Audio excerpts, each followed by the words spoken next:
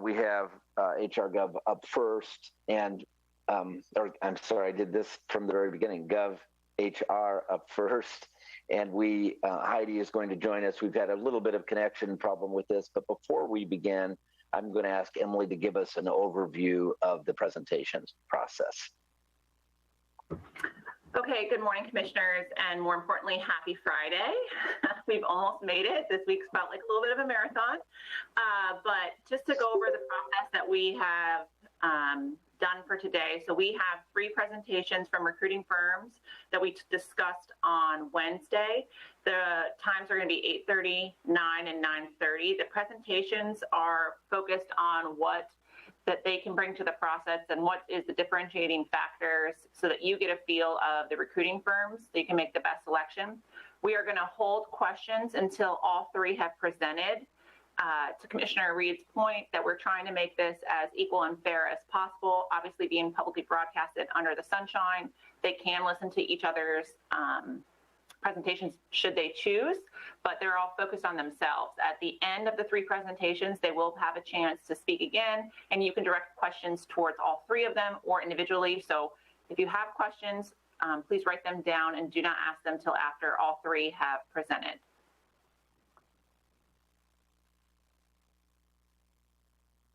Commissioner Reed.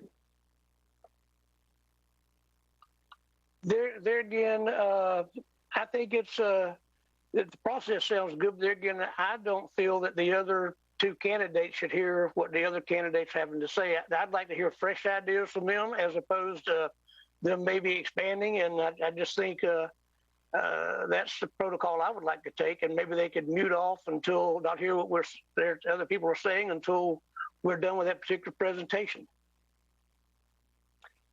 We could do that, Commissioner Reed, but all they have to do is turn their television on at home. Well, they're still That's going to the get point to of hear it. the first presentation. They'll get to hear the second presentation, and they'll get to hear. The public's not going to hear anything different than we're hearing. It's just that the presentators aren't going to get to hear what the other ones are saying. Well, but if the go ahead, Mr. Cook. I was just going to explain to Commissioner Reed, we are streaming on lakelandgov.net and broadcasting on Spectrum 643 as well as FiOS 43. So even if we tell them to tune out, they can stream it and watch it. So just like the public. So there's no way at this point in time to keep someone from doing that. Very so that's good. the purpose. Okay. All right. All right, Heidi. Sorry for you having to go through that protocol, but we appreciate you being present and getting started this morning. So if you could just introduce yourself in the process, that would be wonderful. Your clock starts now. We are not hearing you, unfortunately. So your clock starts once we hear you. All right. Now, How now about try. that? I think that'll work. How's that? Perfect. Can you hear me? Perfect. We're good to go. Yes, ma'am. Great. Yes, ma'am. Well, it's a pleasure to be with you this morning. I appreciate the opportunity to tell you about our firm. My name is Heidi Voorhees. I co-own GovHR along with Joellen Catamatori. We are a certified woman-owned business working primarily with local governments and organizations that work with local governments. Our firm was founded in 2009, and since then we've conducted more than 700 recruitments in 38 states and the District of Columbia. So we have a broad reach, and we're committed to diversity and inclusion in local government. That was one of our founding core values. And we are also former local government professionals. I've served as a city manager for 10 years in a community in the northern suburbs of Chicago. I also worked in Kansas City and in Schaumburg, Illinois. I spent 19 years in local government and have as much of a passion for it when I started as I do now. So we bring local government expertise to the table and truly do understand what communities are going through. All right. So I want to tell you a little bit about our process. This is just our slide with respect to COVID. It's such a changing environment right now, and we've worked with communities throughout the pandemic, and we are able to work via video. We've done community outreach efforts through surveys and email and Zoom meetings. I was on in fact, last night with one of our clients, I was on a virtual ward meeting for one of our clients in getting feedback on what the community's residents are looking for in their next city manager. So whatever is, we know many places are opening up or open. We can work with you in, whatever your status is. As I mentioned, we have a philosophy of service. We have been in local government service, and we care deeply about it. We also believe in integrity, trust, and respect. And also, I would add to that, the underlying all of these core values is transparency. We understand that's important in Florida, and it's important to us. We're transparent with you throughout our process. I do want to mention the satisfaction of our clients. 28% of our clients are repeat customers, and of those, 46% we've done more than 2 recruitment processes. The organization that I mentioned last night, Evanston, Illinois, it's the second city manager recruitment. I did that in 2009. They have invited me back to work with them again in 2020. So that is not uncommon for our firm to work with our clients on more than one recruitment, which we think is the best testament to our service and our product. We do have experience in Florida, some more recently, in fact. We've worked with Pinellas County extensively. We've also worked in Largo and Deerfield Beach and Pinellas Park. So we're certainly aware of the sunshine laws in Florida. We respect them, and we will work with you to ensure that those are honored. We have city management experience in comparably sized communities. We recognize that each community is unique and has its own special aspects and challenges and opportunities. But I do want you to know that I personally have done the recruitments for all of these communities. I just completed the Virginia Beach process 2 weeks ago, and have worked in Chesapeake, and I mentioned Evanston, and we also conducted the Cambridge, Massachusetts process.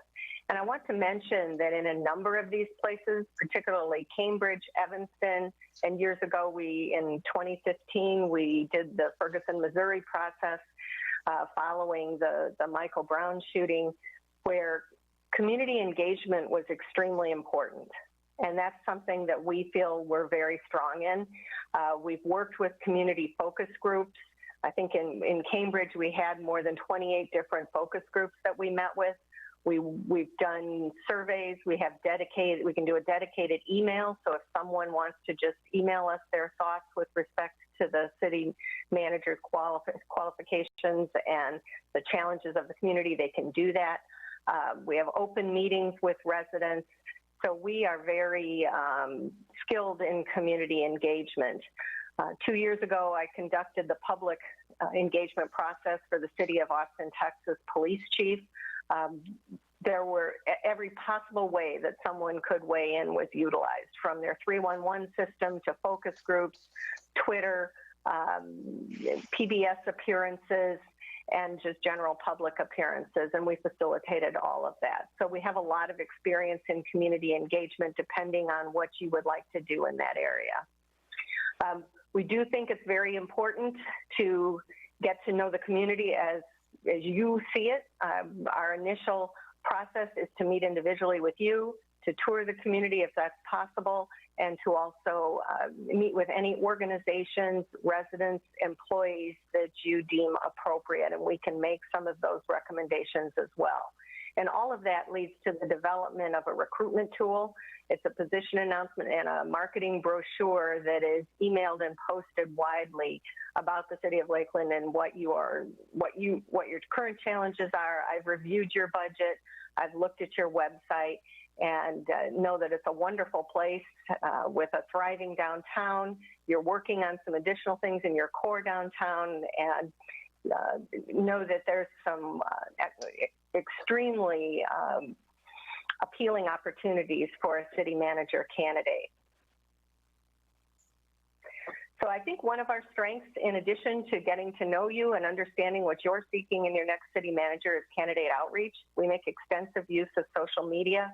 I personally have nearly 7,000 connections on LinkedIn, and we use those connections in order to make sure that not just the people who are looking for jobs are aware of your opportunity, but the people who may not think that they're looking for a job, they're happy where they are, but then Lakeland pops up and they say, oh my gosh, I would be very interested in this opportunity. So we use social media to get to those folks as well. We subscribe to a database that's updated. We pay to belong to this. It's updated quarterly. It has the city manager emails for every city manager in the country, and we can parse that data. So, for example, in your case, we might say we'd like the email address for every city manager in the country between populations of 50 and 200,000, or 75,000 and 200,000, and we can pull that database together and send out a blast email. In addition, we do not hesitate to do recruiting by picking up the phone and calling people that we think might be interested in the opportunity. We work very hard to be present at conferences, and we attend conferences. We're regularly connected to professional associations in our network, including the National Forum for Black Public Administrators, the International City and County Management Association, the Local Government Hispanic Network, the League of Women in Government. We attend their conferences. We're speakers often at their conferences.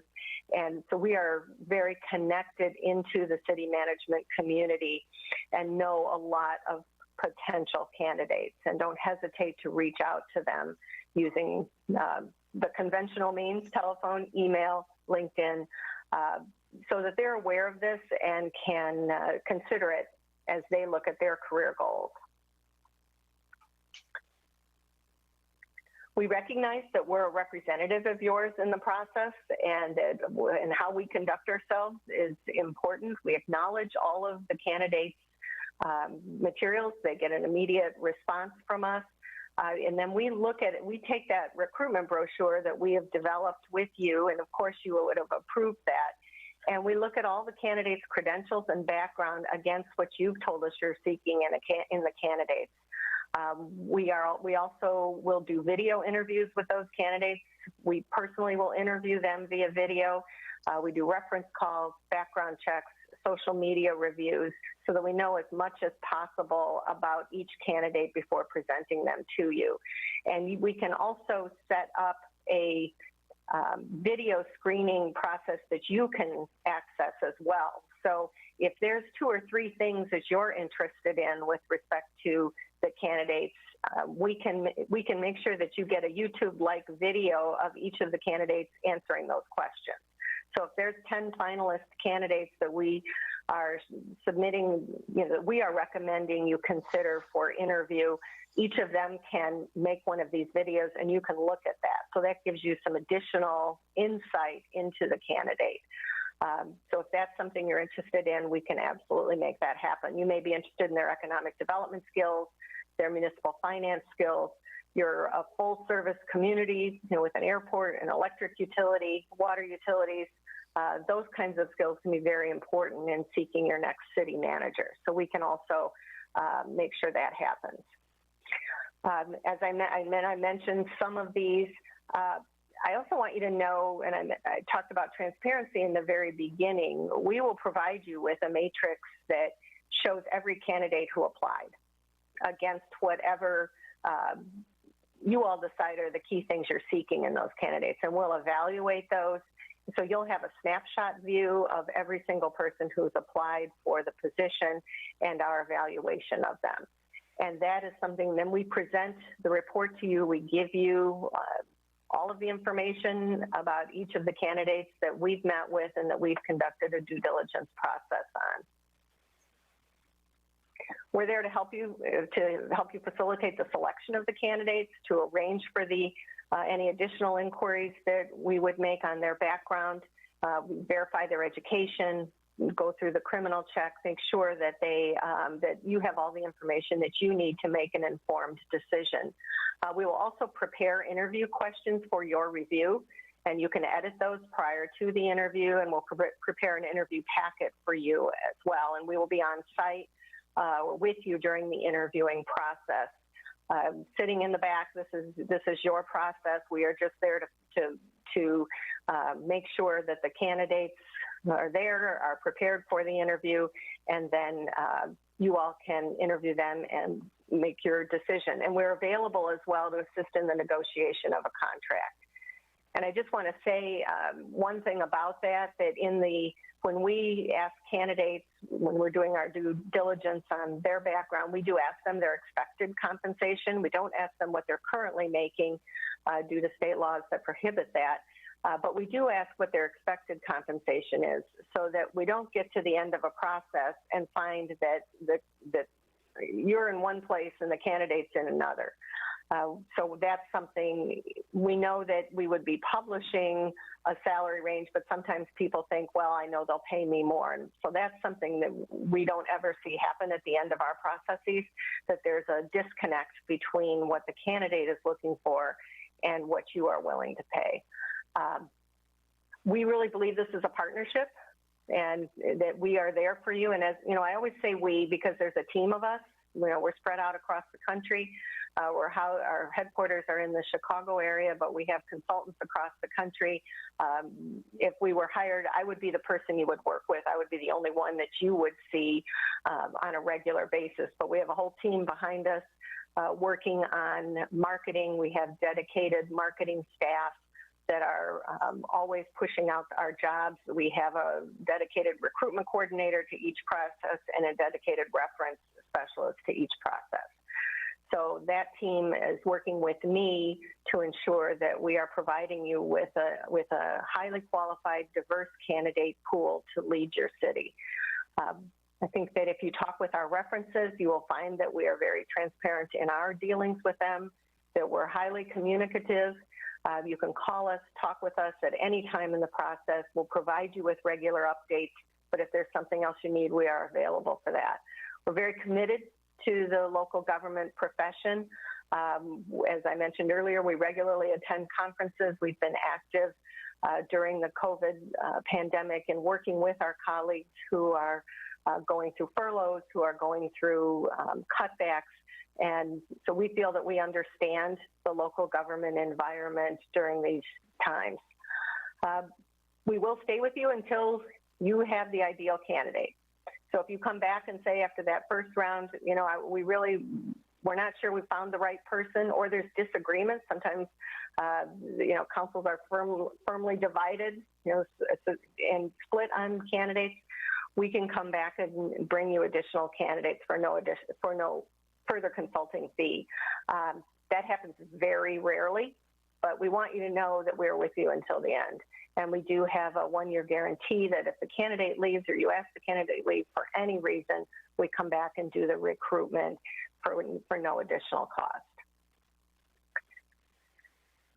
So we're committed to, as I mentioned earlier, communicating with you, communicating with the candidates, and providing regular updates. And we're committed to the profession of local government, to the elected officials and the appointed officials and the employees who work so hard for their communities on a daily basis.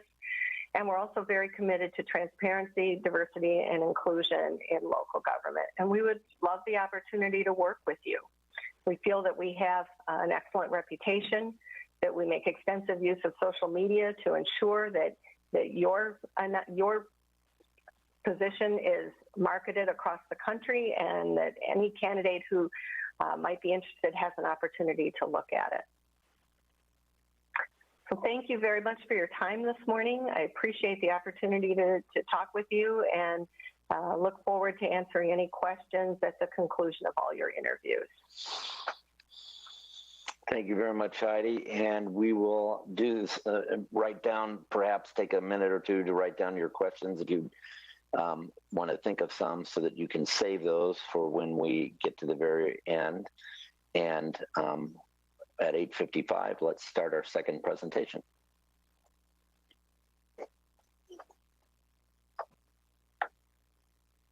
Good morning. I'm Ron Hollifield with SGR, and I interpret your comments that you're ready for us to roll. Can you hear me? Yes, sir. I'm sorry, I was muted. Yes, sir. We are good to go, Ron, and we'd appreciate you kicking off. We're starting at 8:55. Absolutely. Our pleasure to be here. This presentation, as with the search, will actually be tag teamed between me and Doug Thomas. I am the founder and owner of been around since 1999. We are the second largest local government executive search firm in the nation. Florida is actually our second largest market. It's the only state with 2 virtual offices, one of those in Lakeland. I actually personally have done a couple of searches for Lakeland previously, including your current personnel or HR director, Mark Farrington. And there's really 3 key pillars of a successful search. The first one is understanding the community. And we invest heavily. It's obviously a little different dynamic since we have somebody based in Lakeland, so we have more awareness. We've done searches for Lakeland before, but we don't ever go into a situation presuming we understand everything. We go in with a hungering mind to really understand what your current issues, dynamics, et cetera are. Because in local government, no organization, no community is ever static. So we're not going to presume that what we knew 5 years ago is still going to be applicable. So that's really the first stage, or the first pillar of an executive search, a successful search, is going to be that understanding of the local government. We're going to focus on understanding the community, the council's expectations, local dynamics, local issues, as well as the organization. The second pillar is the networking ability. I have a weekly newsletter called the 10 and 10 on servant leadership that we utilize. Not only does it have 10 hot leadership articles, but we use that to advertise all of our searches among other sources. It has about 51,000 subscribers. And then in addition to that, we have about 5,000 folks that have opted into our city manager job alert list. We on Twitter, we have about 4,000 followers, about 2,000 for the company, about 2,000 for me individually. And a typical job post we do on average gets about 43,000 impressions because most of the associations follow us and then retweet it. So we've got a network that honestly nobody else can compare to. Between Doug and I and Mike Mallory, who is president of our Leadership Development Division, we are speaking at one state or national local government conference on a year-round basis just about every week. So our footprint, our visibility is very, very high. The third pillar of that executive search is the vetting and making sure that you really understand what you're working with, what kind of background candidates have. And the issue, the challenge is that it's actually very, very easy to get a stack of well-qualified candidates. That's not the hard part. The hard part is figuring out who is going to be a great fit with your organization. And just as an example of that, I spent about 20 years as a city manager. My last city manager gig, I was known as a dramatic change agent. And the last city I went into, that's why I was recruited in, and I created very dramatic change. The manager who followed me was very much a systems guy that was very, very focused on making the systems work great. If they had hired Jim when they needed stuff blown up and rebuilt, Jim would not have been incredibly successful like he was. If they had hired me following Jim when he had everything running well, I would have blown stuff up just to give myself something to do. In other words, it's not about a static definition of who's the best manager. Organizations and communities need different types of leadership at different points in their life cycle. So a lot of our focus on vetting is not just the media searches and the psychometric assessments and the resume review and all of that. That's all important, but that's honestly the low bar. The high bar is figuring out who is really going to gel and have the chemistry with the council, the community, and the organization. So the only other thing I'll say, and then I'm going to turn it over to Doug, is that I will be personally involved in this one. Doug and I will collaborate, but I'll be actively leading this search. And I actually only get involved in about 5 or 6 searches a year, but because we consider Lakeland such a flagship for SGR, or a flagship city nationwide, and because I love telling the story of the Queen Swankeeper coming to Lakeland. I've told that so many times to so many people. That was just one of the coolest things when I first came to Lakeland doing the search that brought Mark there.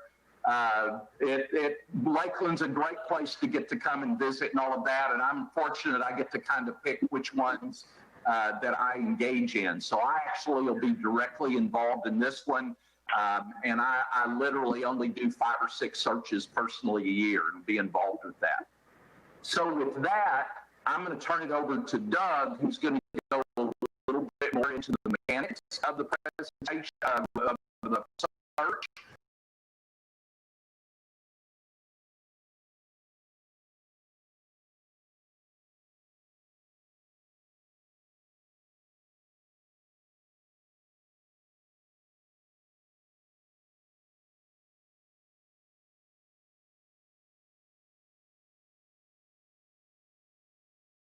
It's showing present, it doesn't actually presenting.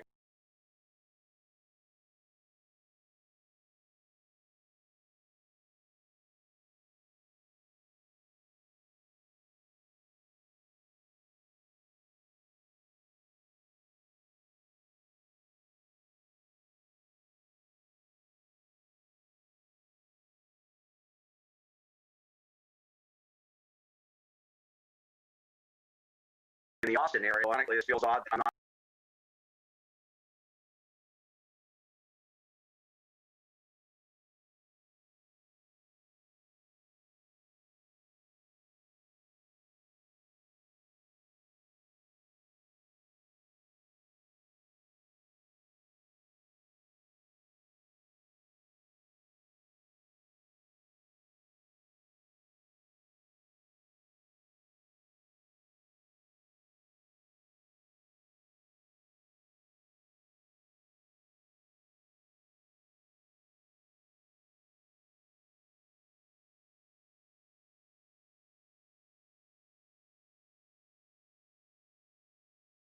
we do a search. There's always some one-offs to make it personal, to make it reflect exactly what each community wanted to accomplish as part of the process. And that certainly is also the case in today's challenging environments in the current COVID-19 pandemic environment that I know everyone's dealing with.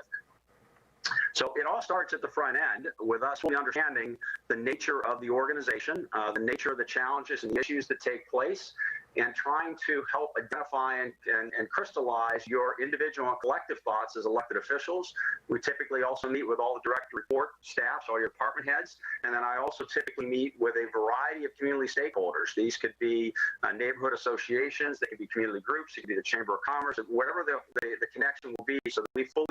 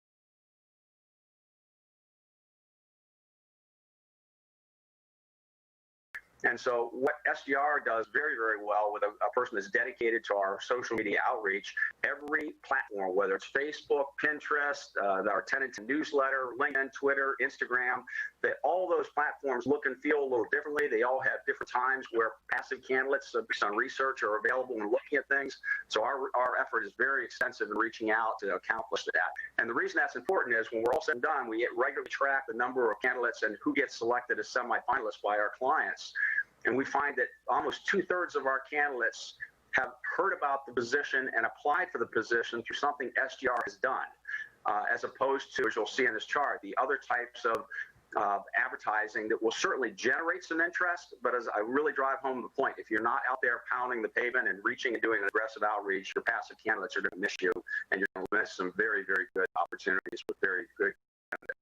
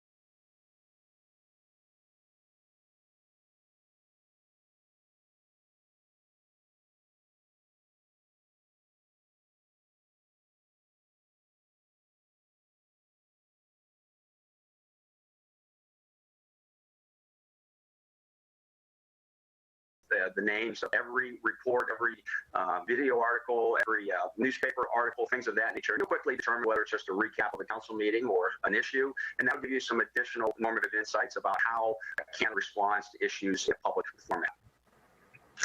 Our vetting also involves the option to use psychometric disc assessments. We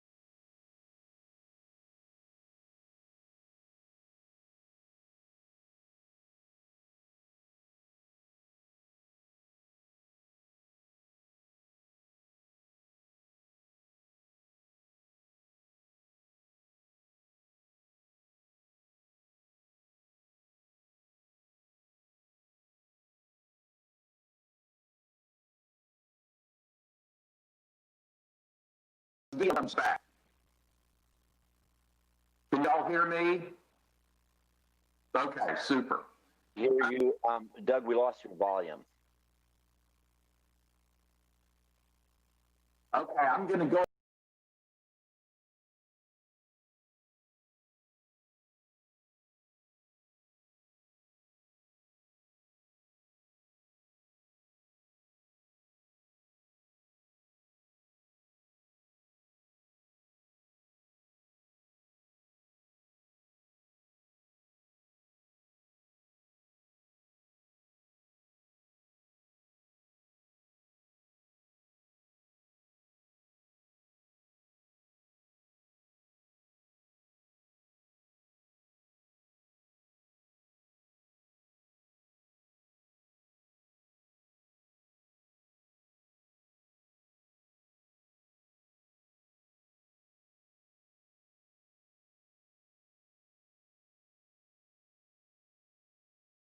and we'll be on the street about 30 to 40.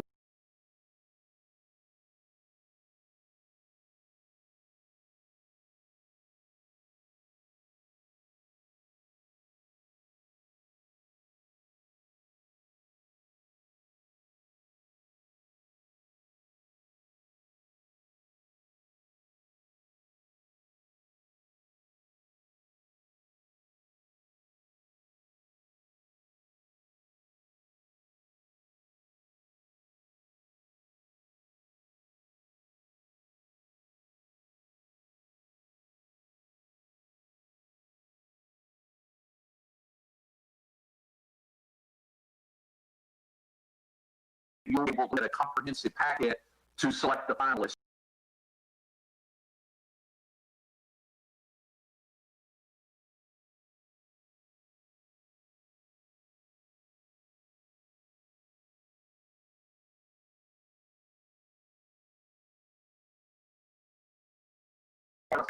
Then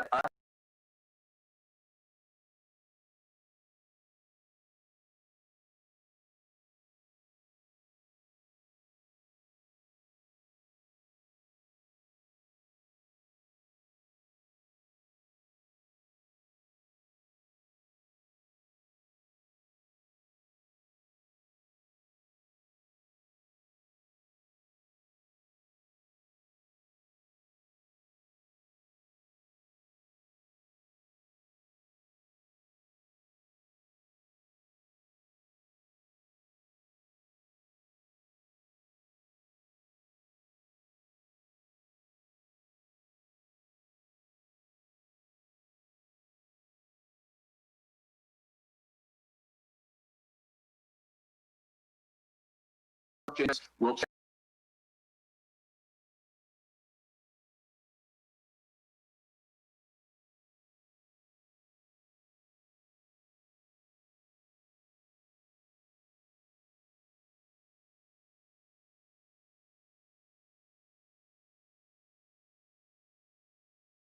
Of finalists from the media search.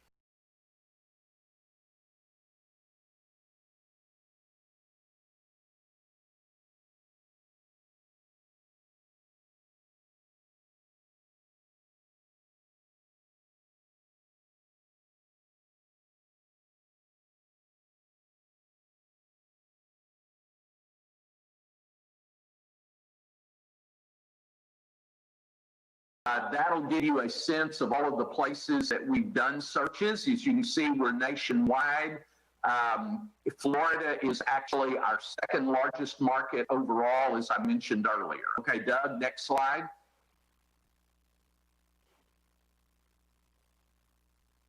Okay, I'm going to abandon this. Oh, here we go. Okay. I do want to mention that we've got a formal partnership for supporting managers in transition with FCCMA. We have done annual conference resume reviews with Florida candidates at FCCMA. We've been frequent speakers, both at the City Managers Association, other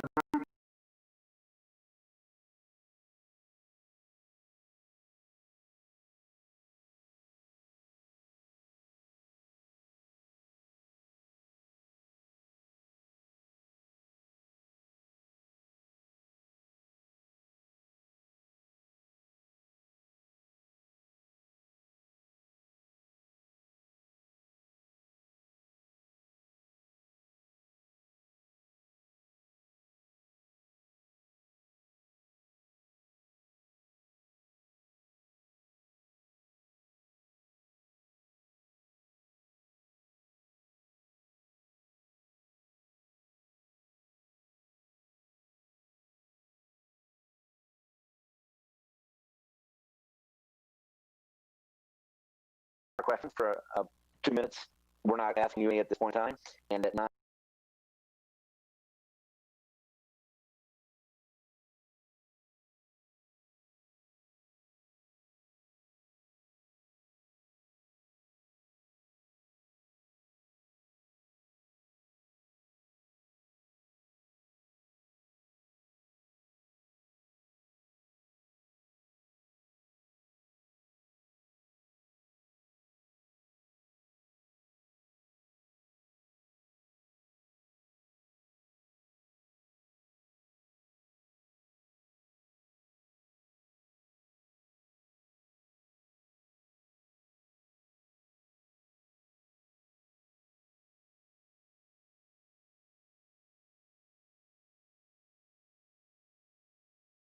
On. And it was here at 9:30.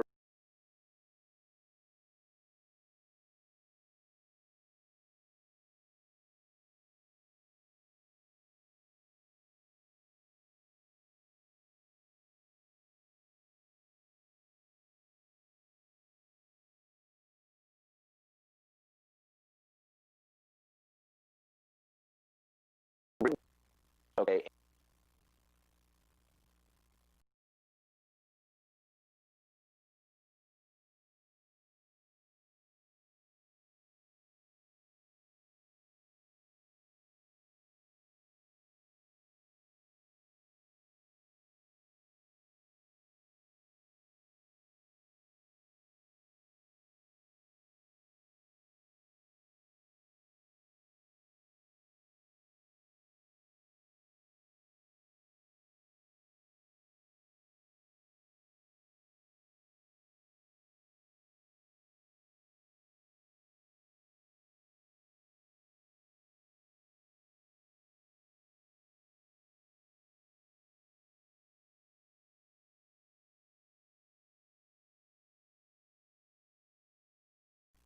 Heidi's here, so Commissioner, I need some kind of sign. Would you like to do?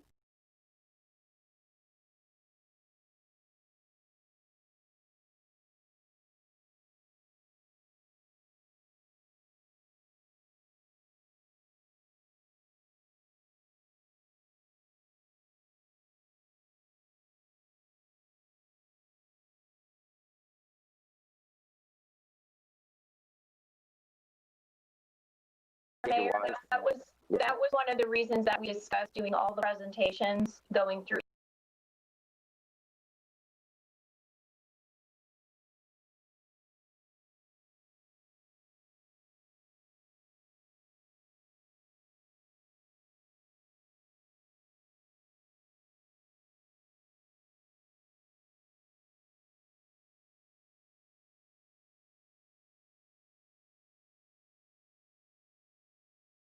Thank you.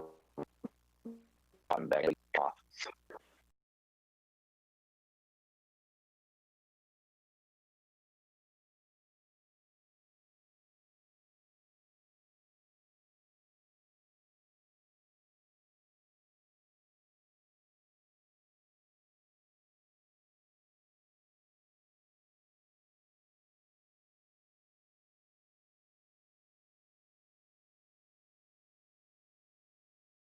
Or something.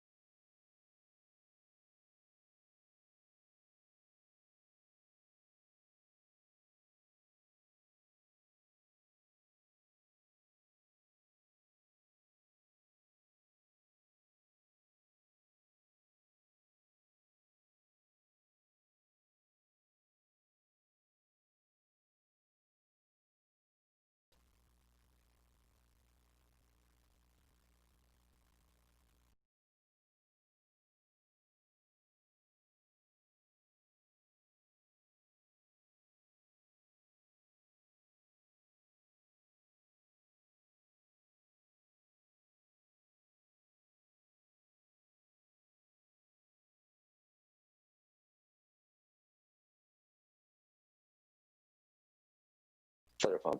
And so it probably is slower. We took I'm a house here.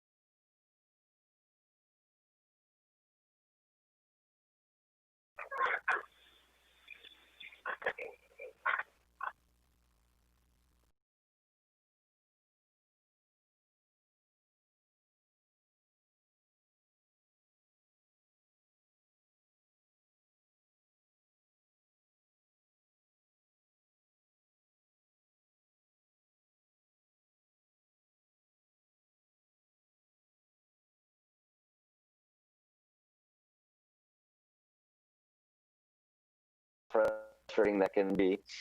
And we'll get started whenever you're ready. I hear you. Yes, sir. We can hear you.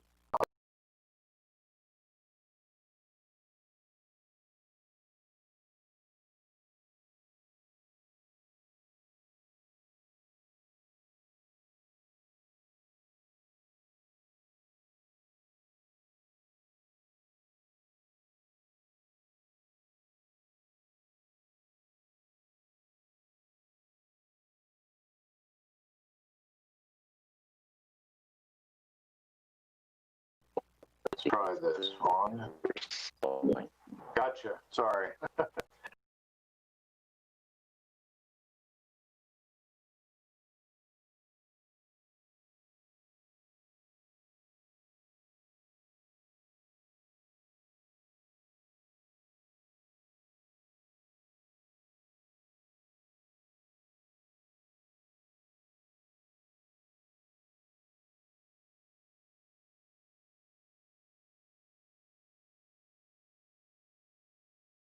You've seen our basic material. So basically what we offer is a problem.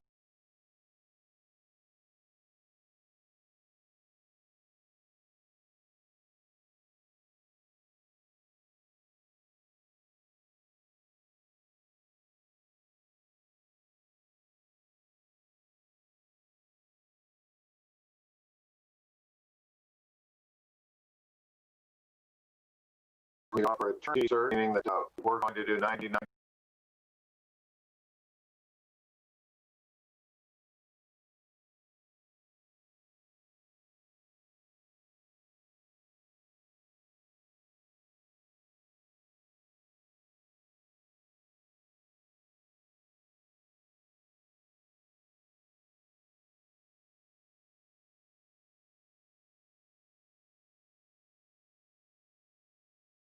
Going on. I see you have a presentation book that I sent over yesterday.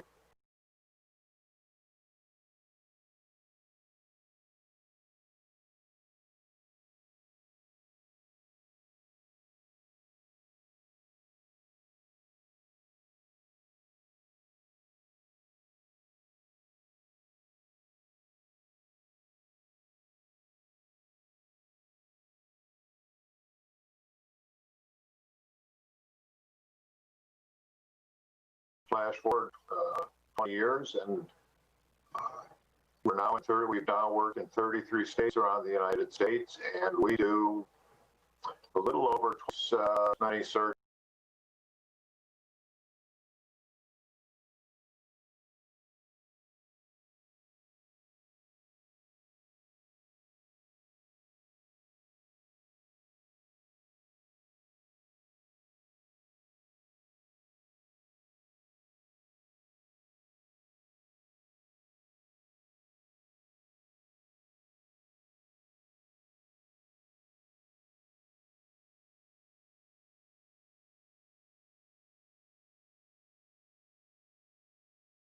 And there's a theory that you may be familiar with. It takes 10,000 hours to become an expert. Well, I've got approximately 4 times that many hours in.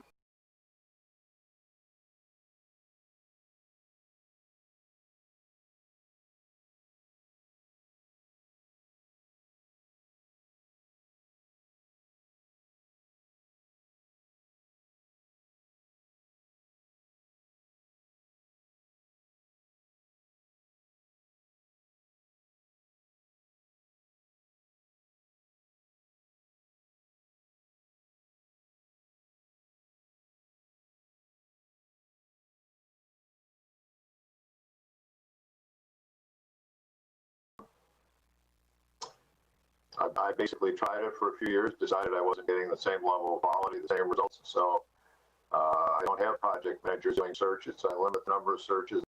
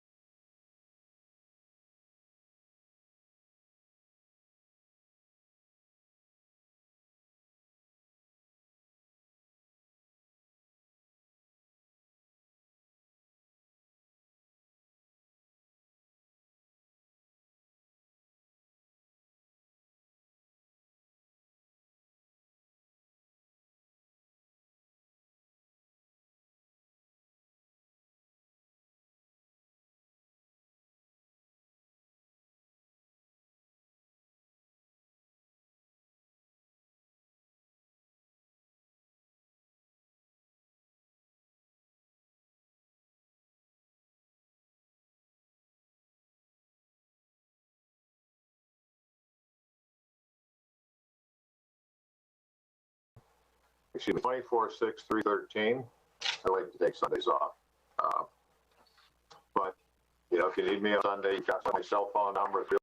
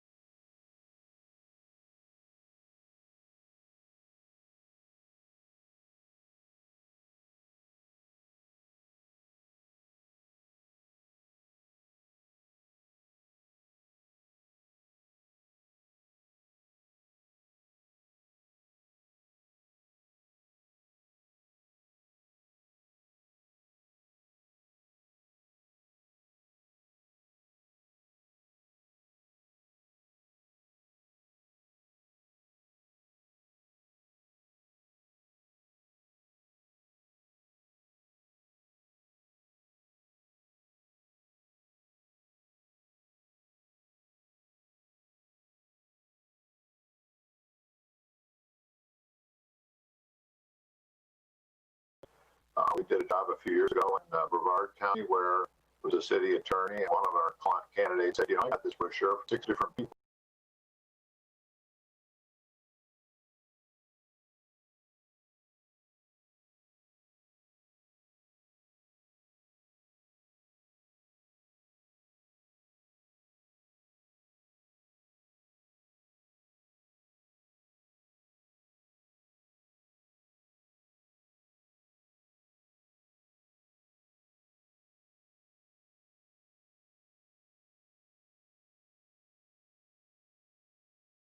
Weeks handles nicely, generally speaking.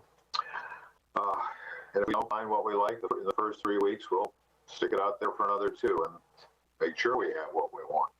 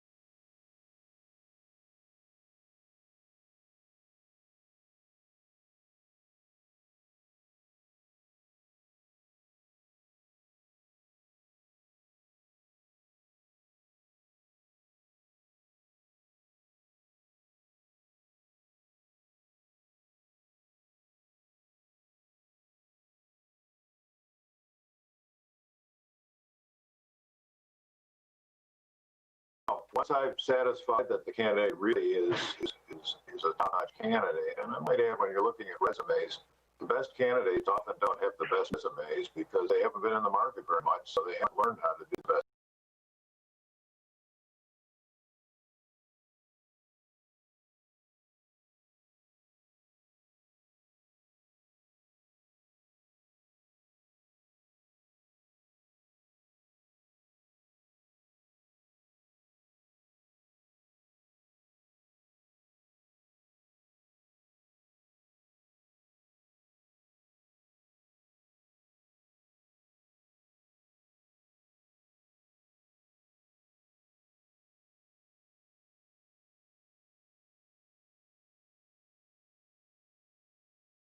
Committee activists, 2 others, not listed by the candidate.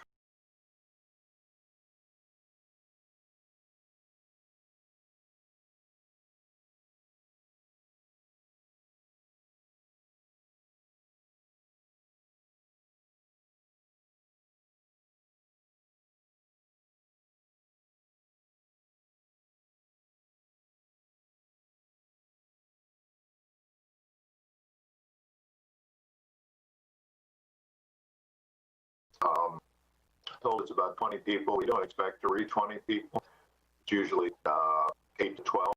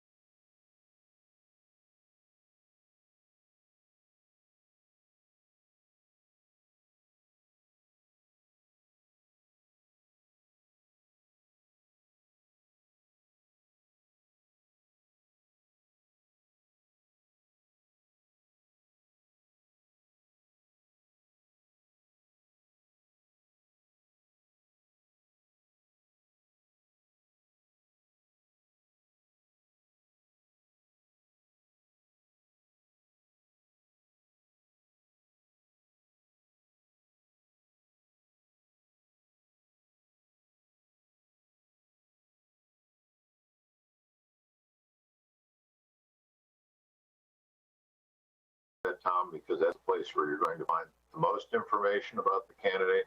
But we'll also check, like, for example, the Orlando Sentinel, Miami Herald, depending where the search is. I don't think that, I don't know that there's anybody else who really covers Lakeland besides, I think it's the Lakeland Ledger.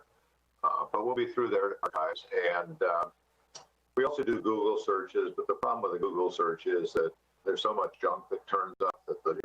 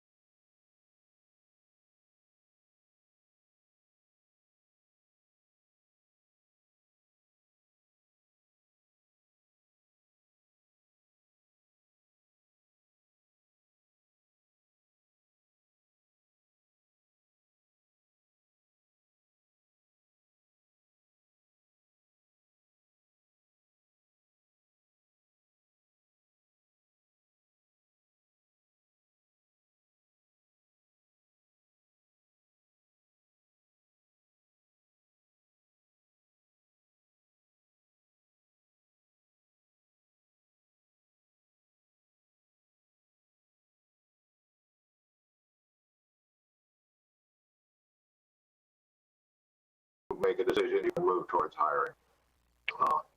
And we frankly do it that way because we're Florida and everything's very public.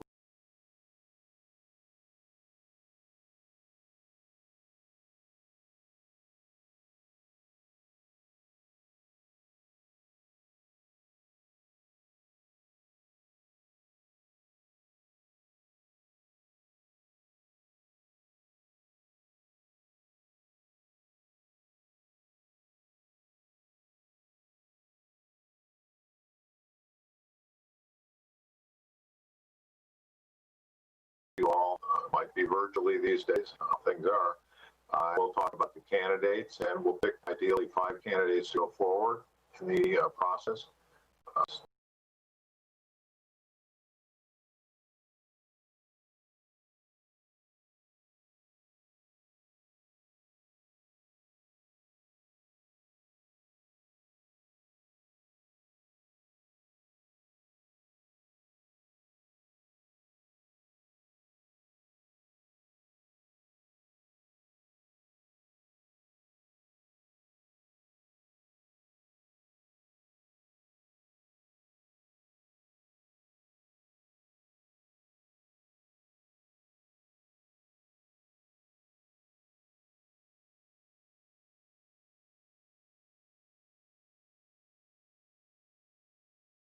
We would have a public reception where the candidates could meet the public. That gives you an opportunity to see them in that public setting, to see if they can represent your city, quite frankly, because they'll be your representative of Rotary.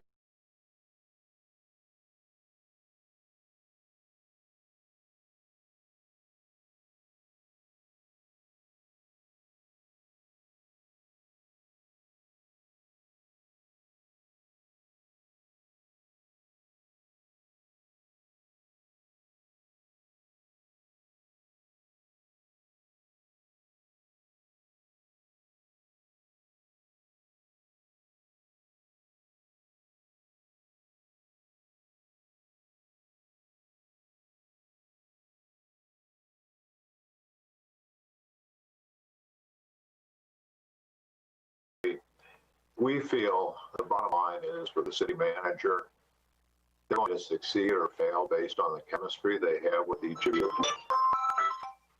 And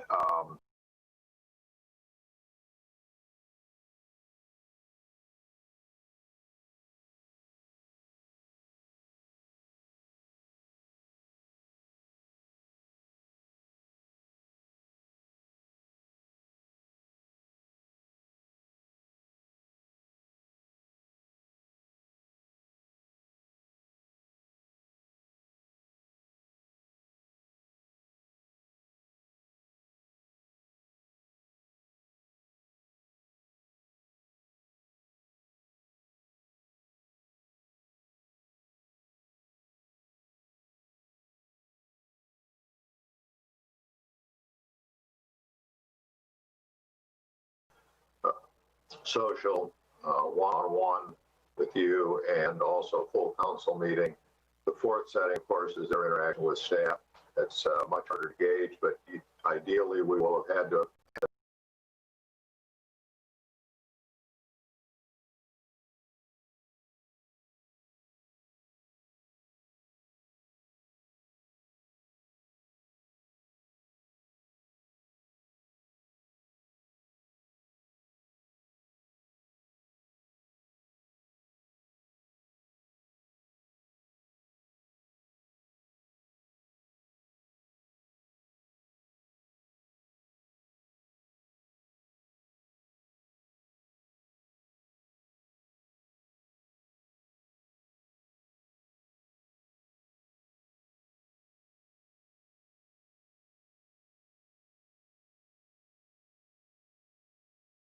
contract negotiations. We will negotiate the contract, or we will sit back and advise.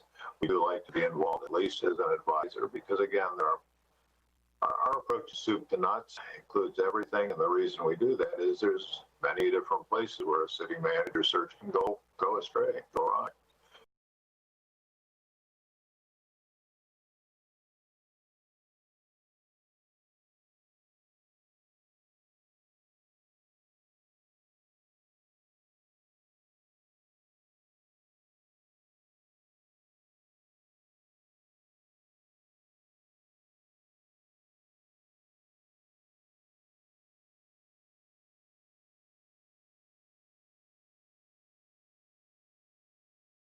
Are excited for the opportunity.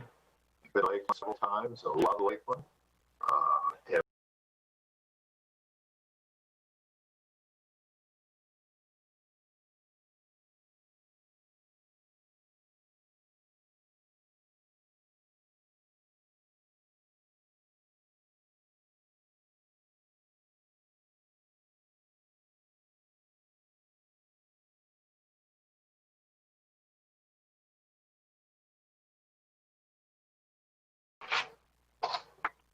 I'm not hearing you, Bill. What happened?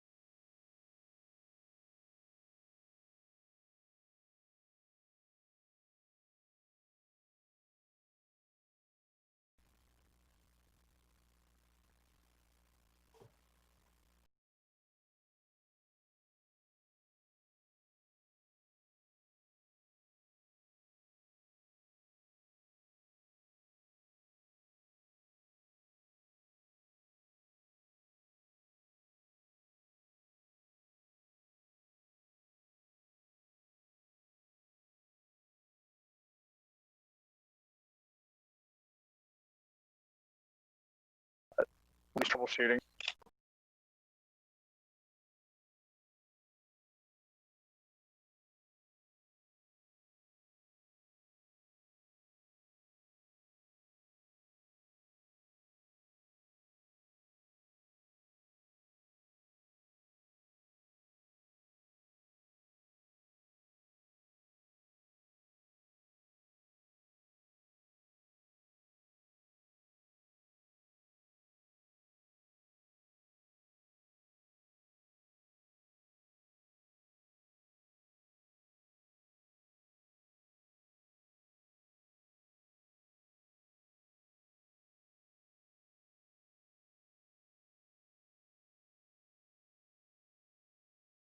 Didn't tell, didn't miss it about any.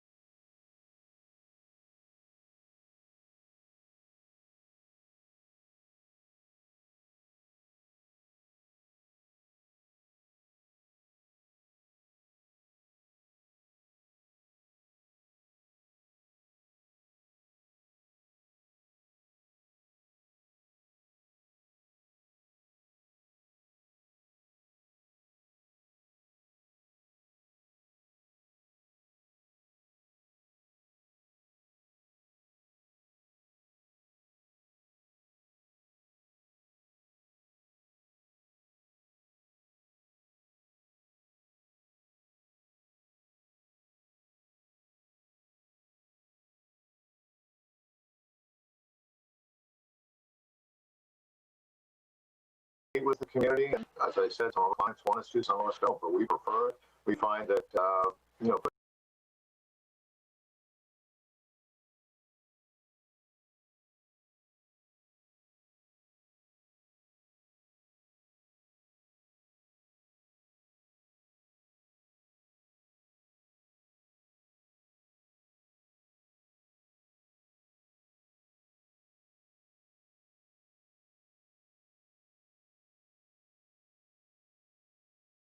We can do community engagement front end, town hall meetings, meeting with specific groups, and we can also do it at the tail end too if we can have community.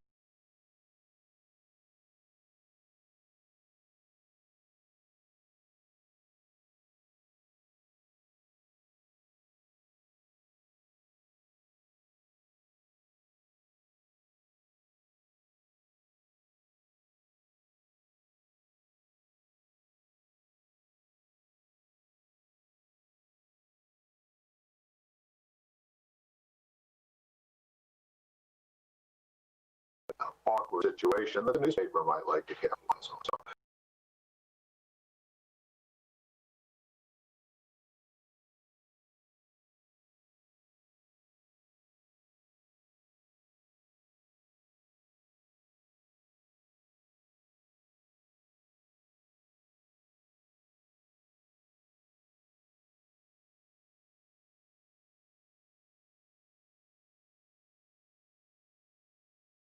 thank you.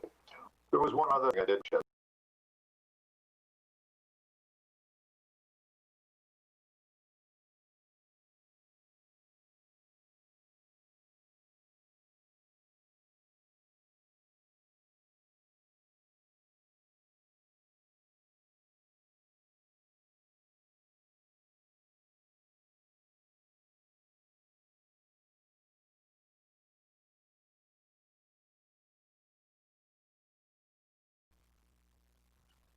Mayor, you there? Your mic showed green. We're still not hearing you. Okay.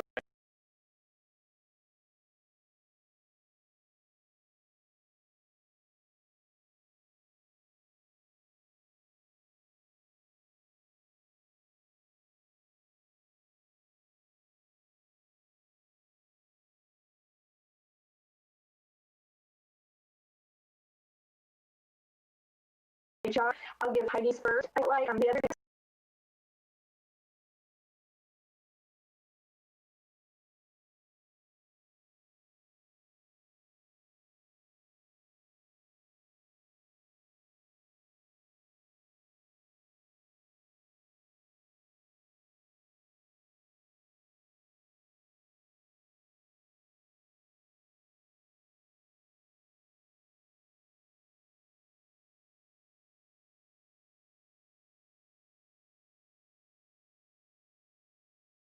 Initial interest.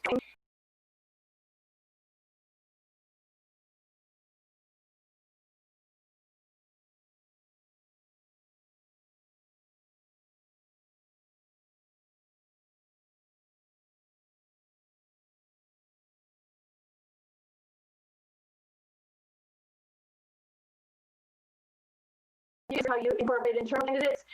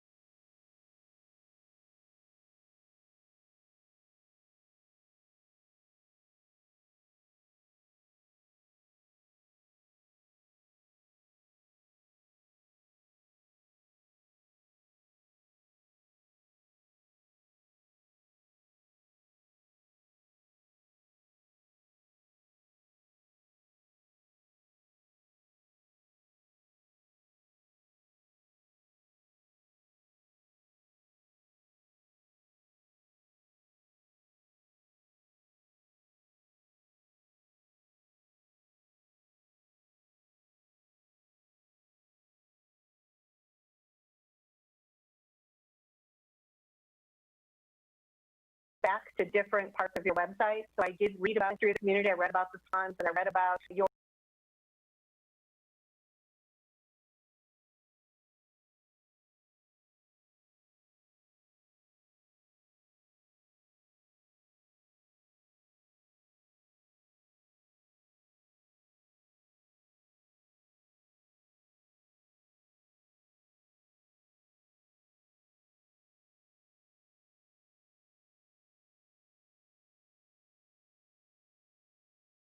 the city of Lakeland. So, and that brochure becomes the sort of the Bible of the recruitment. We refer back to it often. We use it to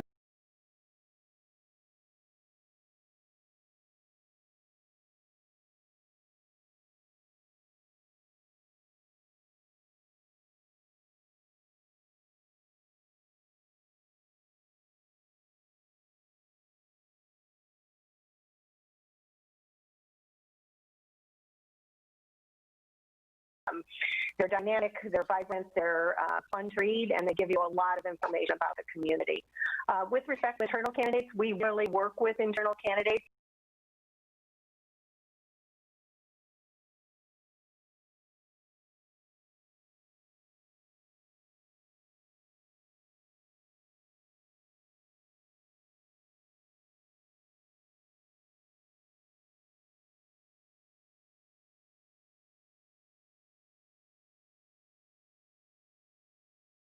That's just as we do the external candidates.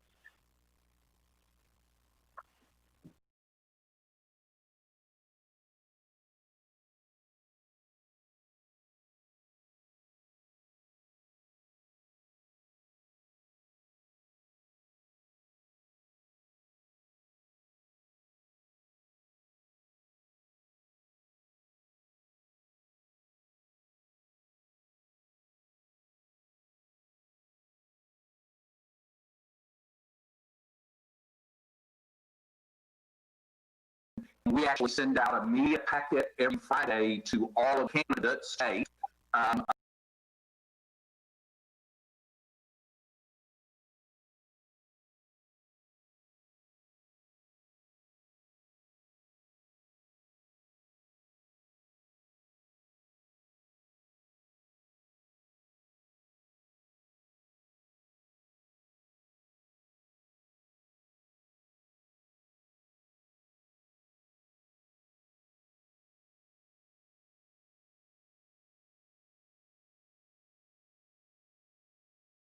Because that's the only way the council can.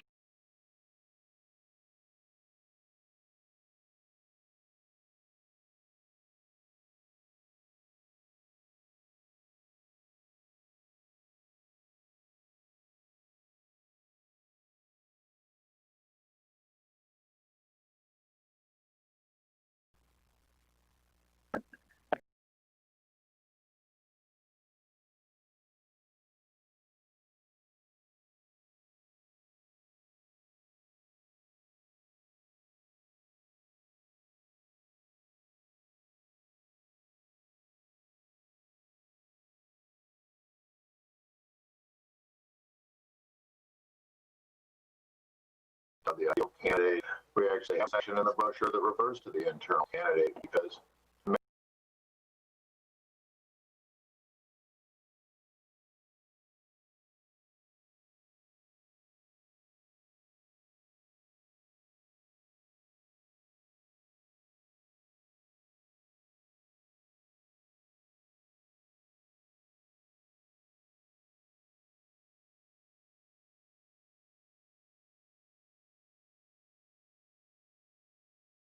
the commission are committed to a fair process with a level playing field.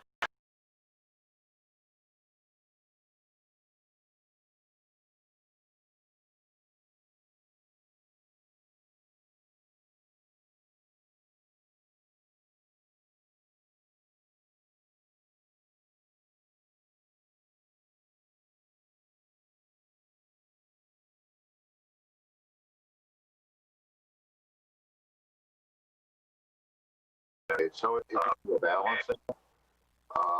One we do not do for internal candidates.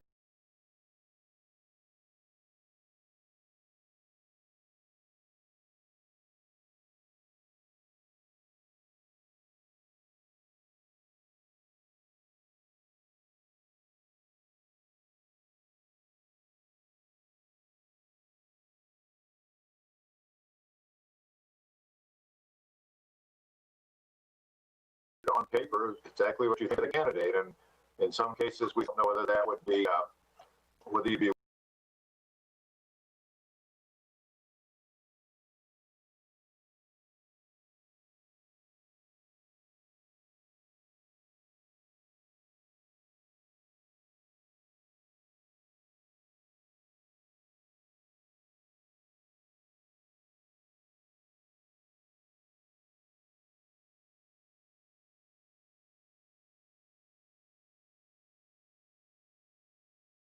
they would. I think one of the role that your recruiter can play is with the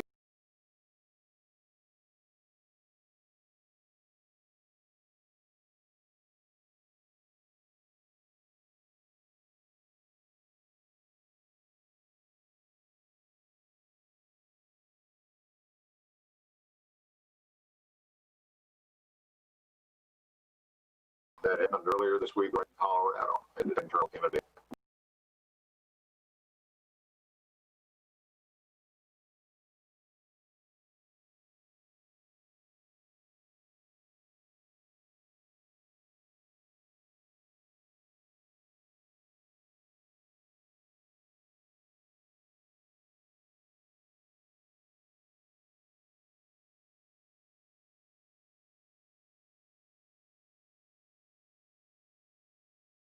Thank you, Mr. Mayor.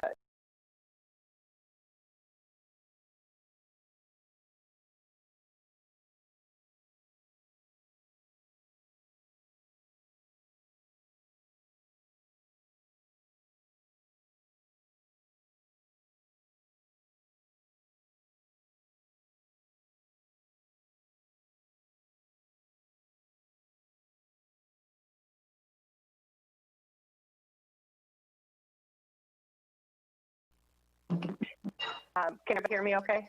Good. The most recent one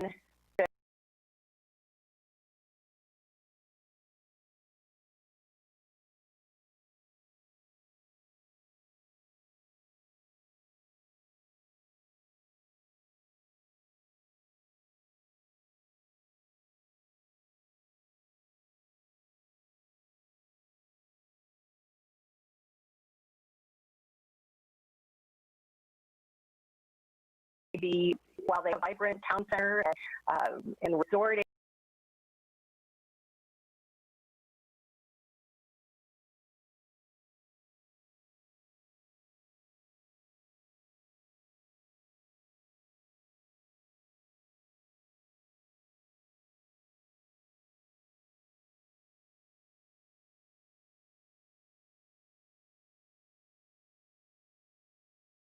they have a lot of similarities in the two communities. Both communities have very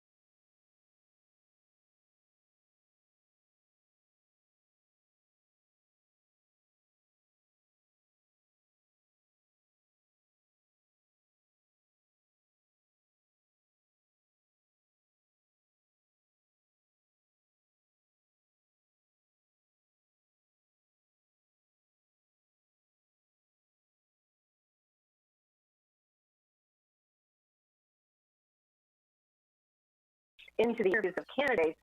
There was the pandemic. There were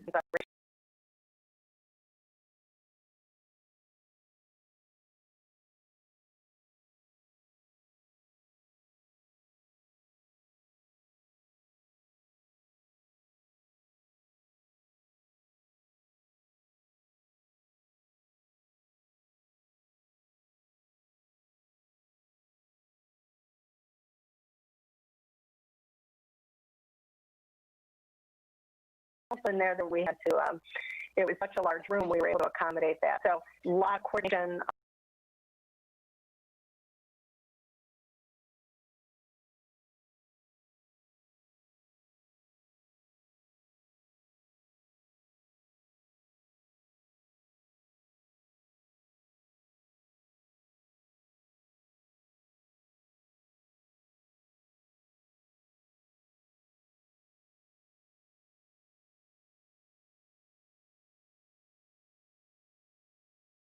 historic community. Infrastructure is a huge issue.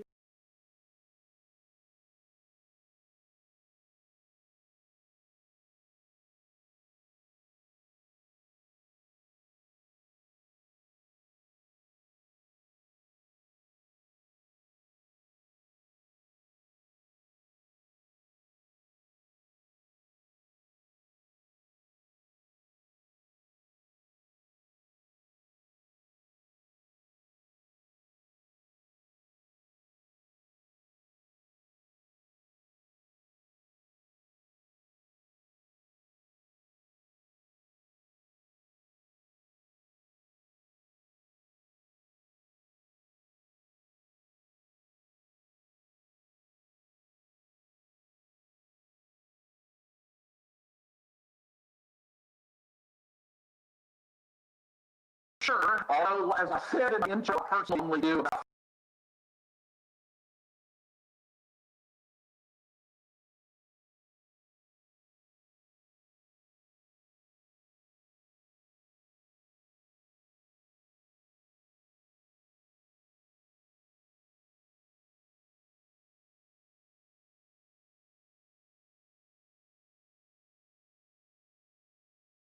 adjacent to college communities, not a community, economic development.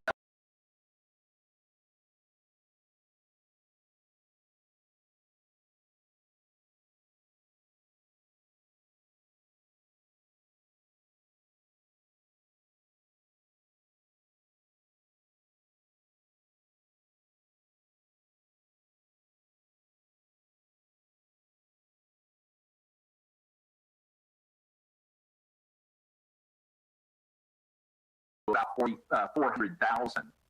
So I apologize that personally the searches I've done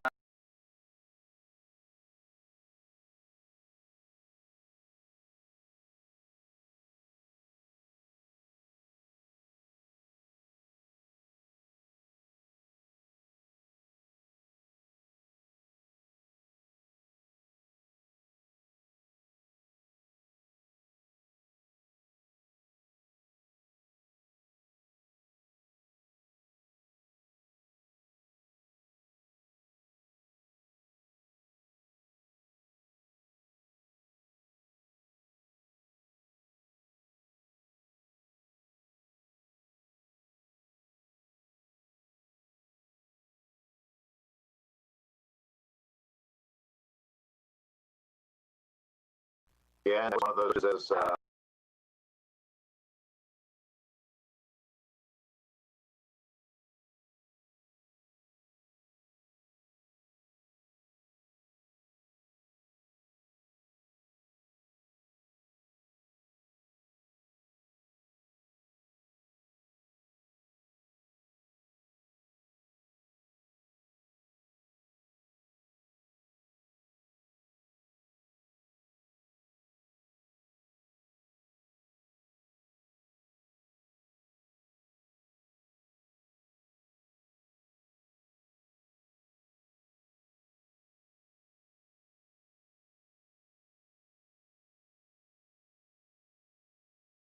if you can't, you know, they did, I think, their actual interviews. One of the, they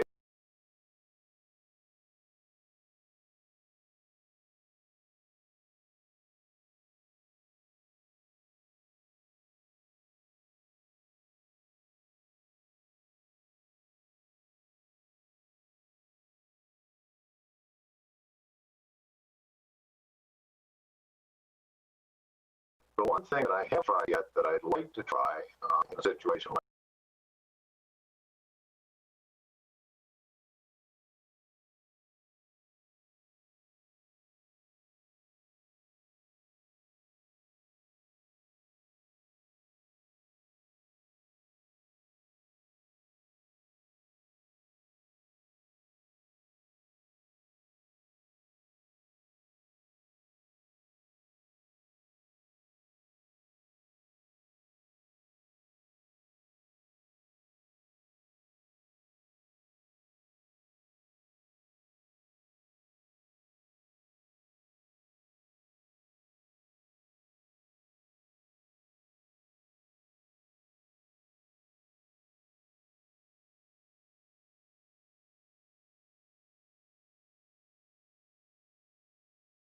that's what happened in Doraville. We met one of their candidates, they picked him, they thought they liked better.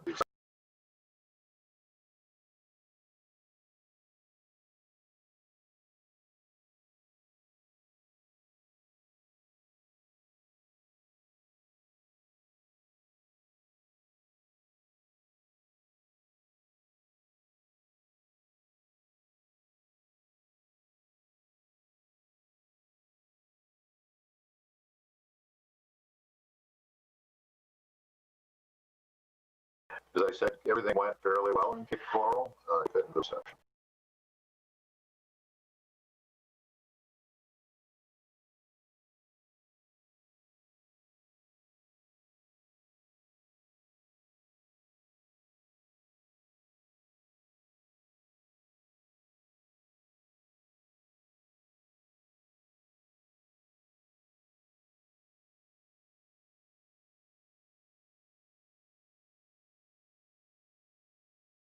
I can. Hello? Can you hear me? Oh, great. Okay. Thank you. I apologize for obviously a hotel.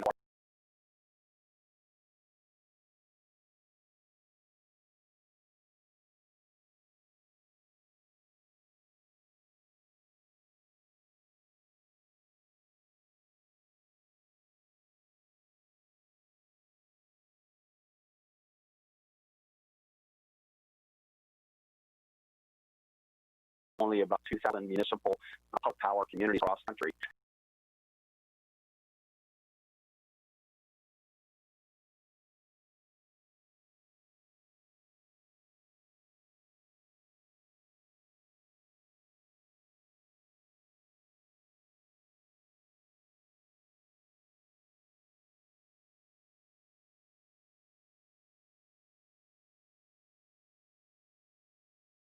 But I just want to highlight the fact that not all you're going to have or not all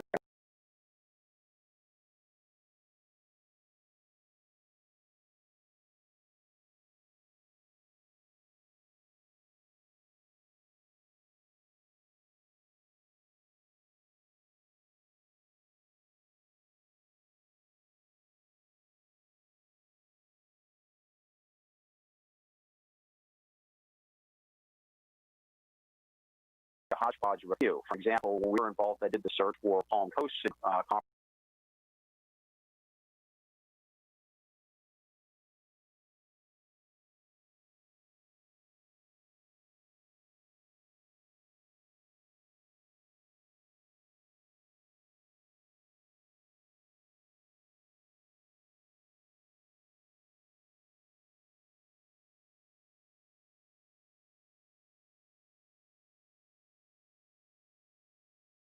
That in part of the finalist pool that they all interviewed for. And with regards to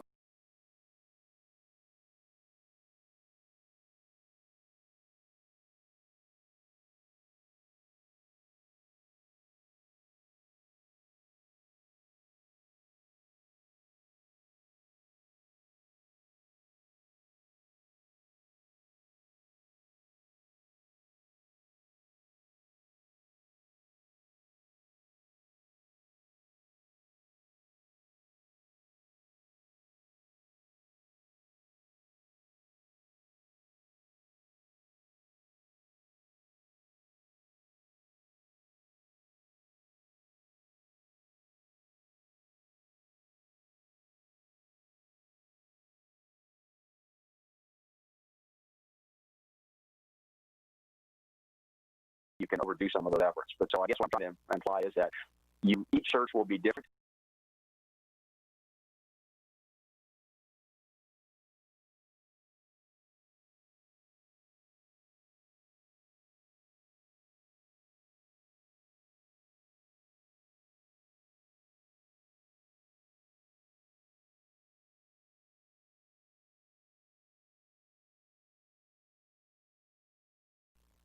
Thank you, Mayor. And Doug, kind of a question that I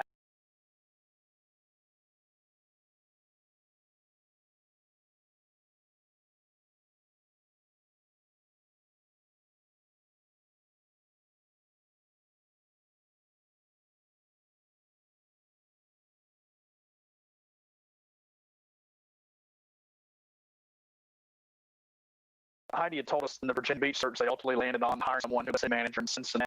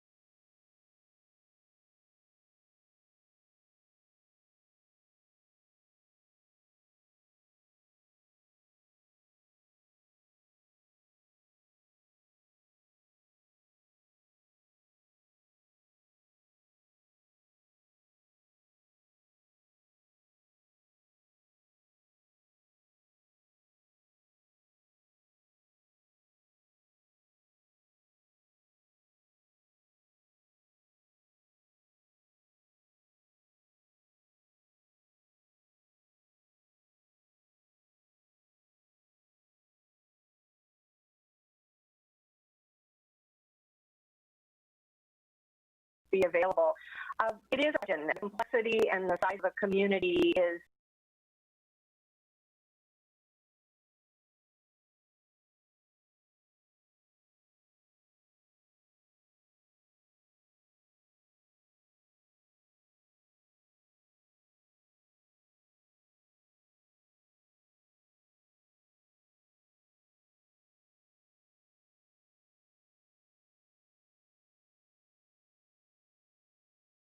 and a very important part of the recruitment in looking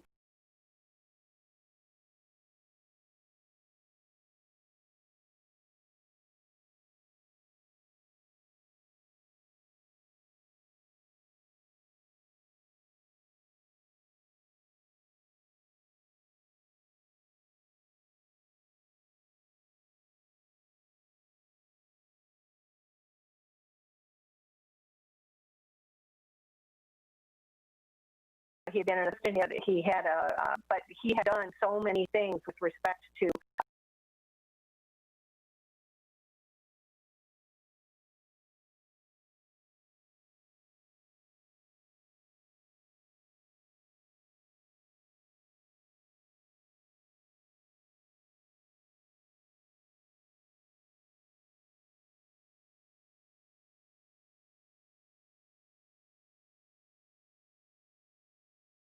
the large organization, and then one such as yours, which has all of these unique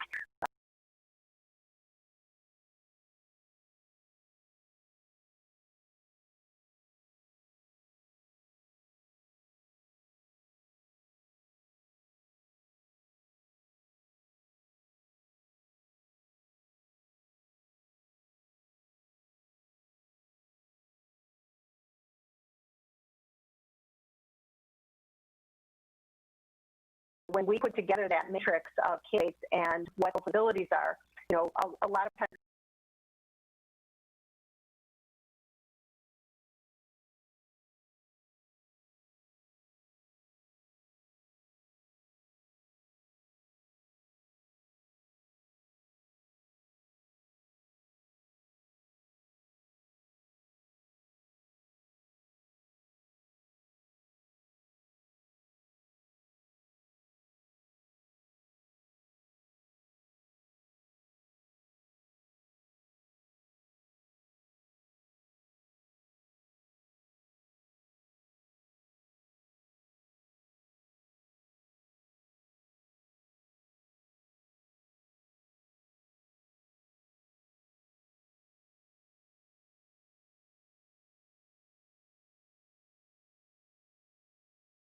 well, he was terrific and ended up being their select candidate. But they also had a really strong finalist from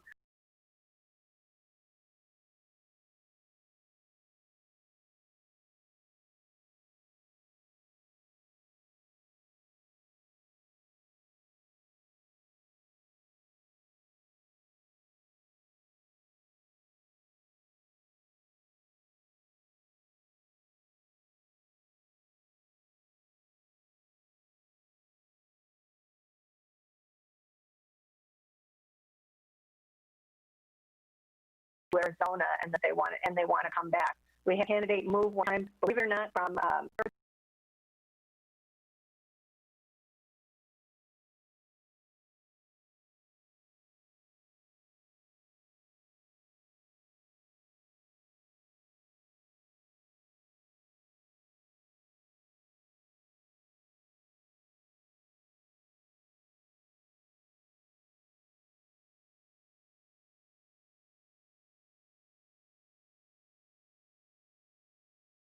that candidate is not able to scale up and accept the responsibilities. The other person who was a finalist in Virginia Beach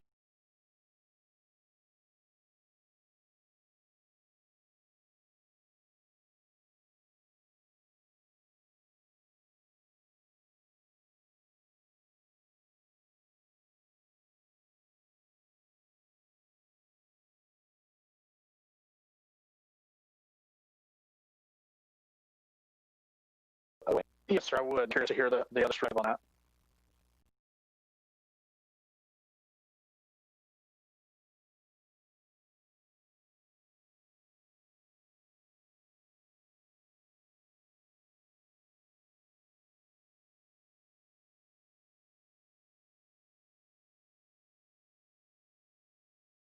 I came from a small community, but had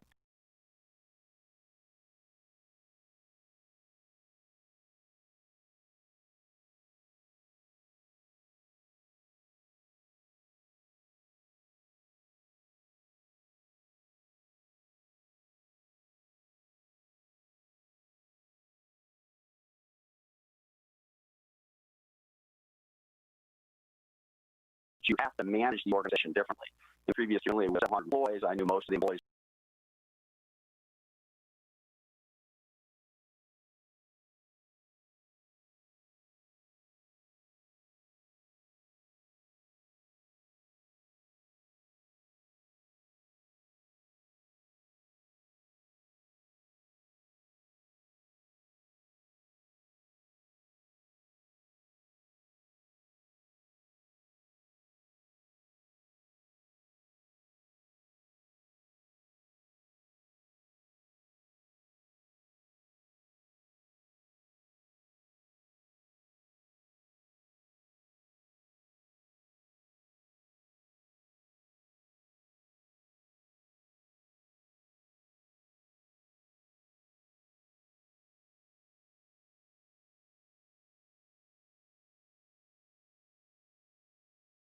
On when Gene was recruited. Gene was in that category. He was an assistant director, had worked.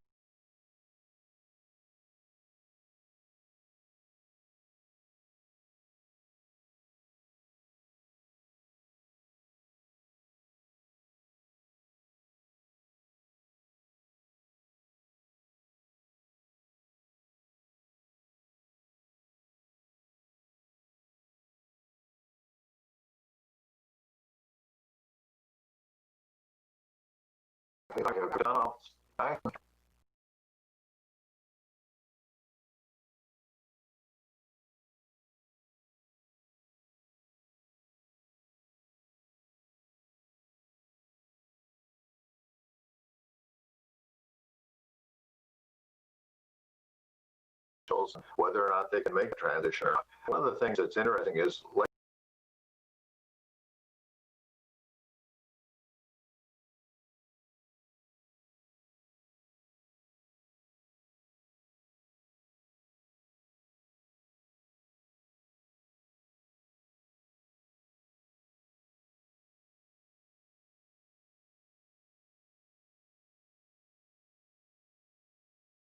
heads of other 200 communities. So that's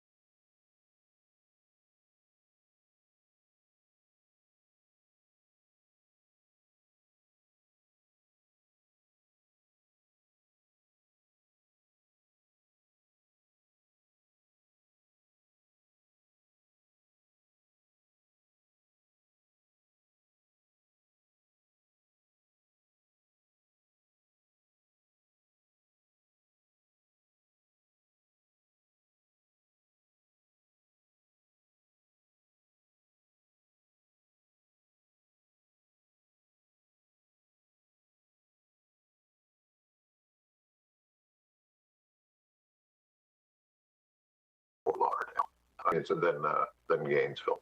So that's kind of what I would.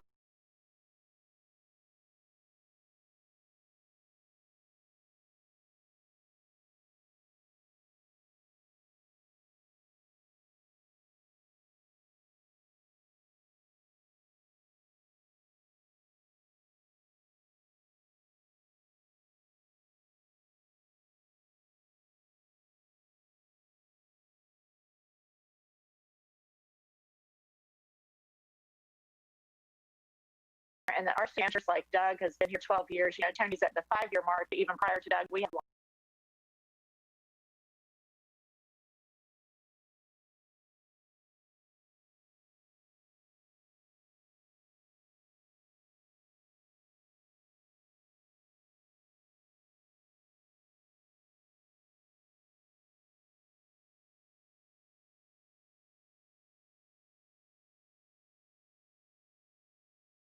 football team to go from Spurrier to Urban Meyer. You know, you had Ron in the Metro D.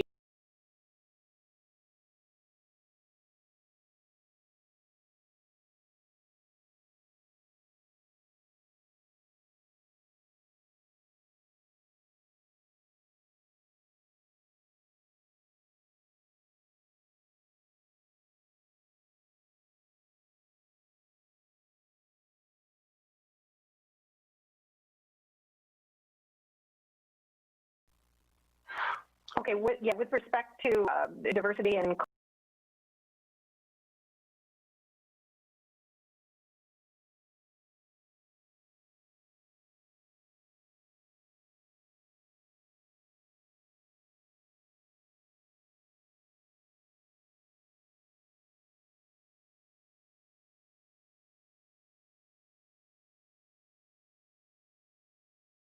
always active both financial reporting and engaged with at conferences with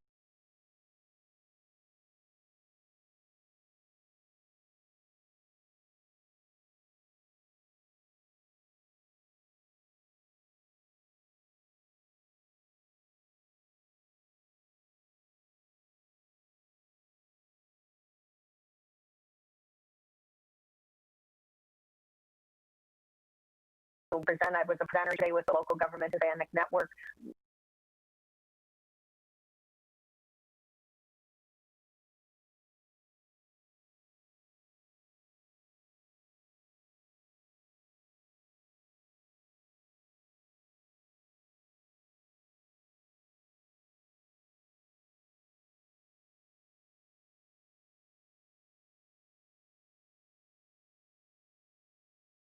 Candidates for our clients across. I think it's something that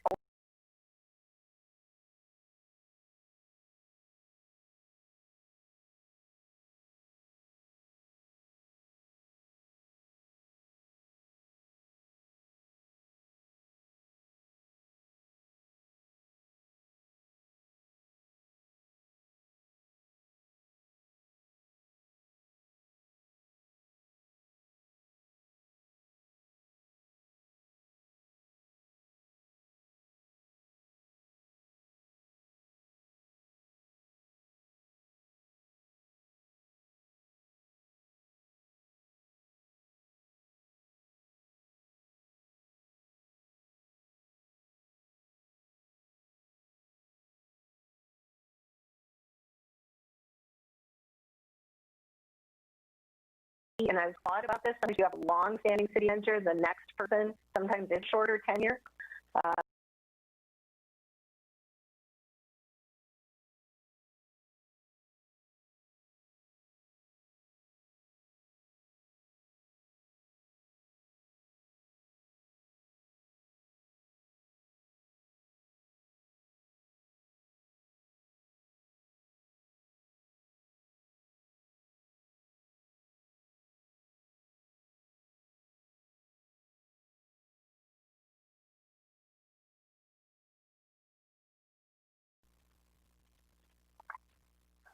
Additional questions from commissioners. Or Ron, we're going to weigh in on this?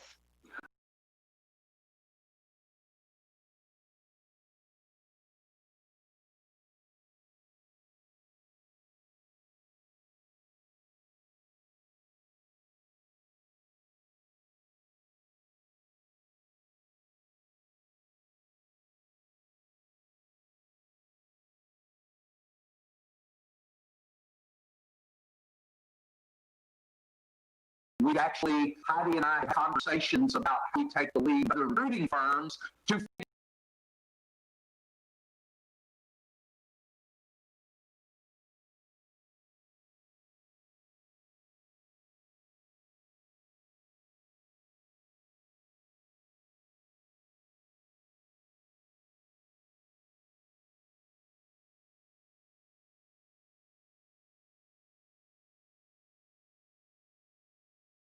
responsibility to try and shape the professions, things of that sort. In practical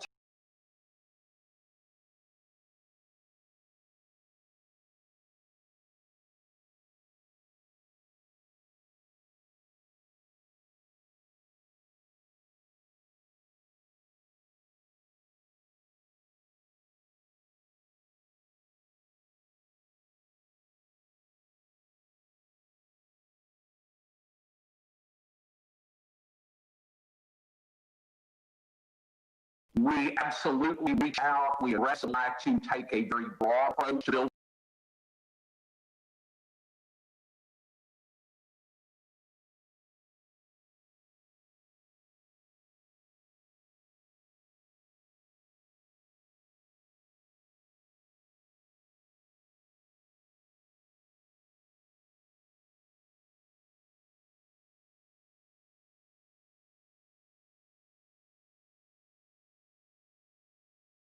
a big loop. Heidi feels the same way that I do, that if we do a better job of throwing a wide net, we'll do a better job of producing diverse candidate pools.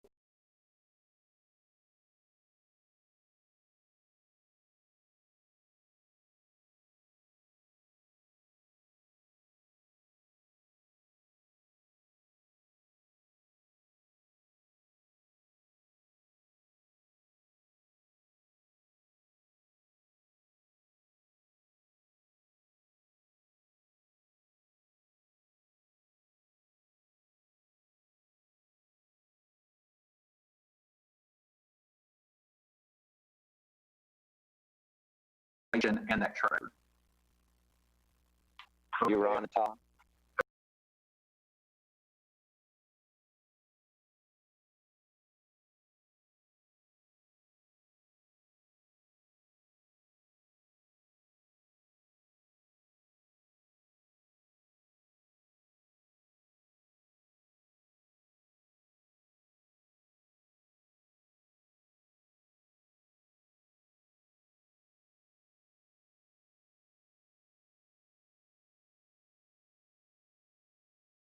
African American.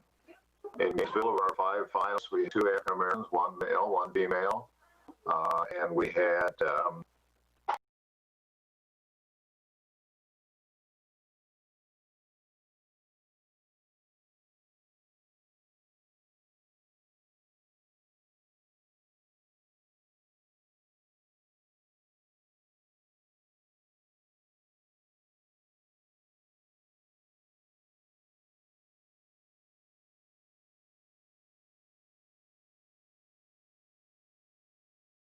Ron mentioned, it's a reputation. You have a reputation for treating everyone fairly.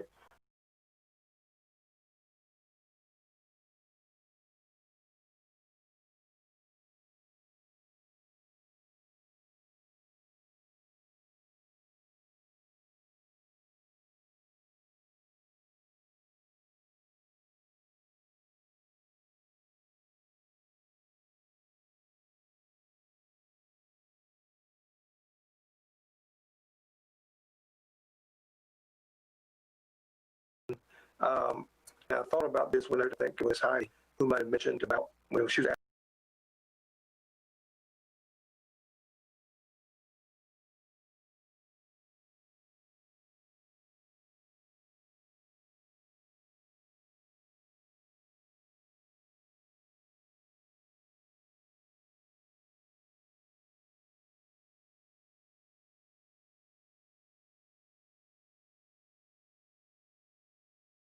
well, you share information. This is to all 3 of us. That information to be able to help support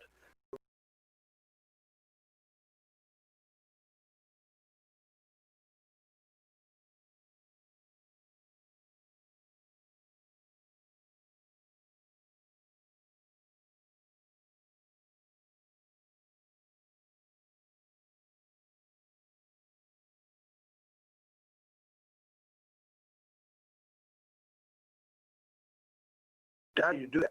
Let me ask all 3 of you. Absolutely.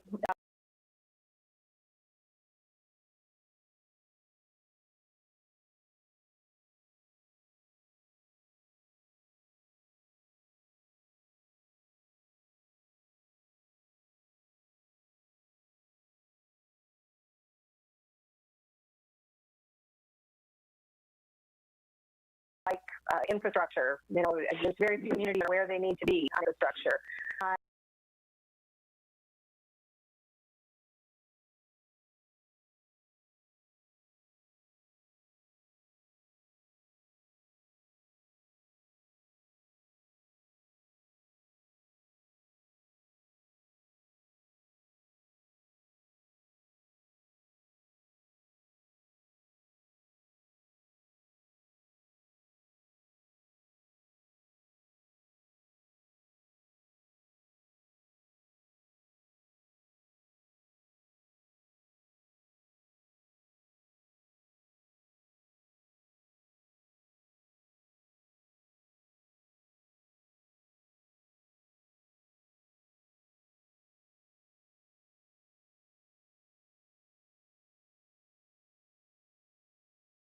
these days. There's budget challenges. There's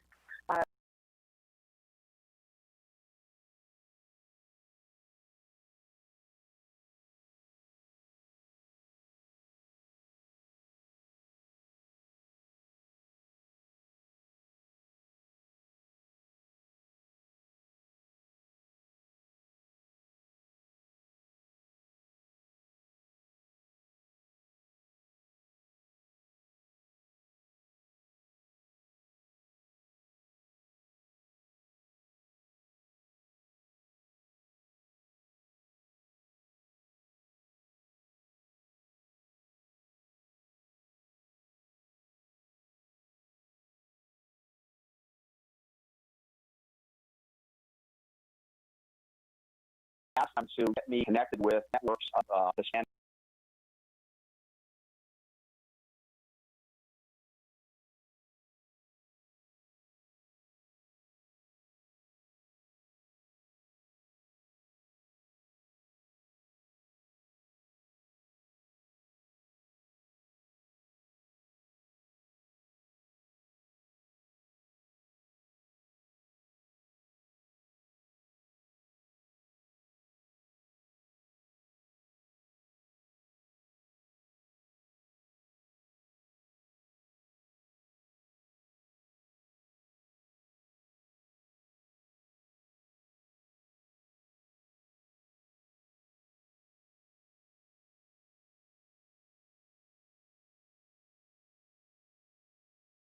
In the process, that's clearly at the front end, and ultimately decide.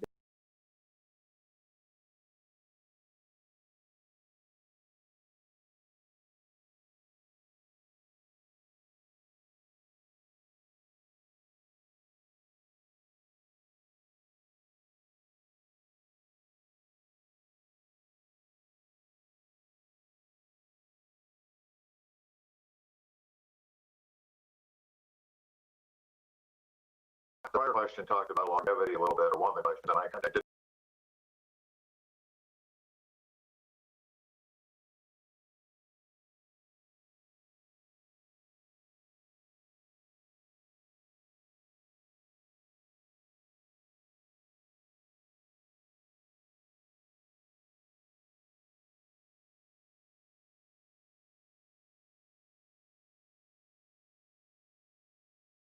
With managers that are often 25 years, but what they leave behind.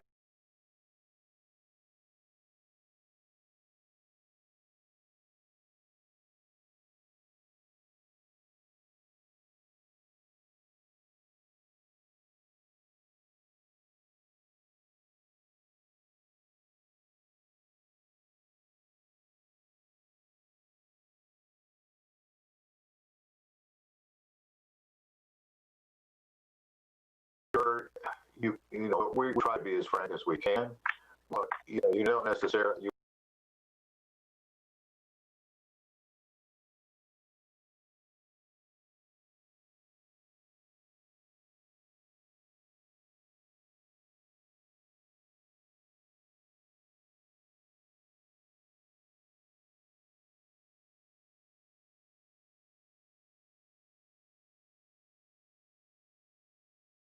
Are not comfortable dealing with those situations. Do you have experience?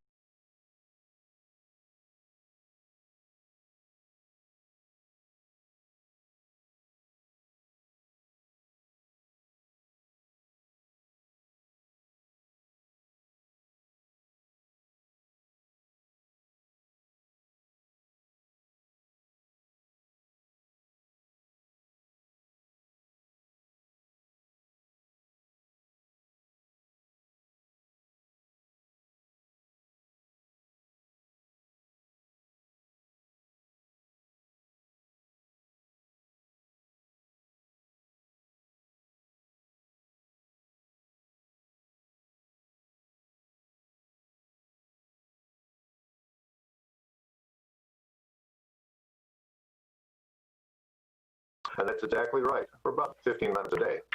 The other 23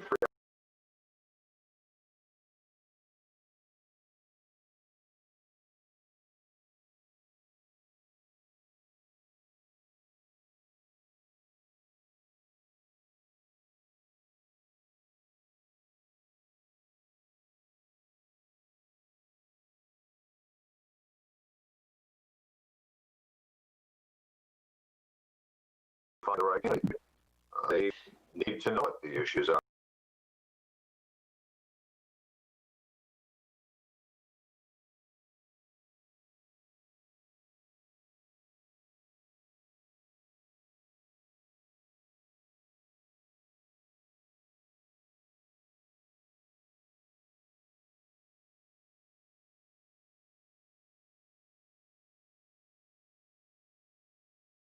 Thank you, Mayor. Again,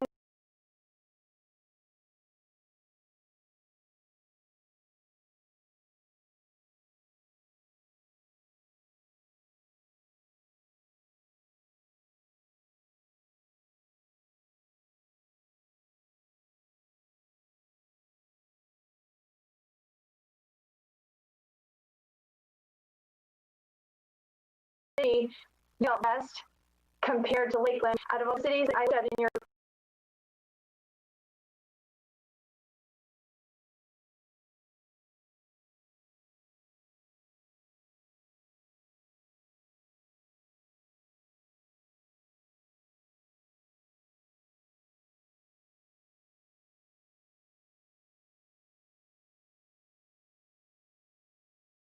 that's Lakeland. So you're right. The number of city managers.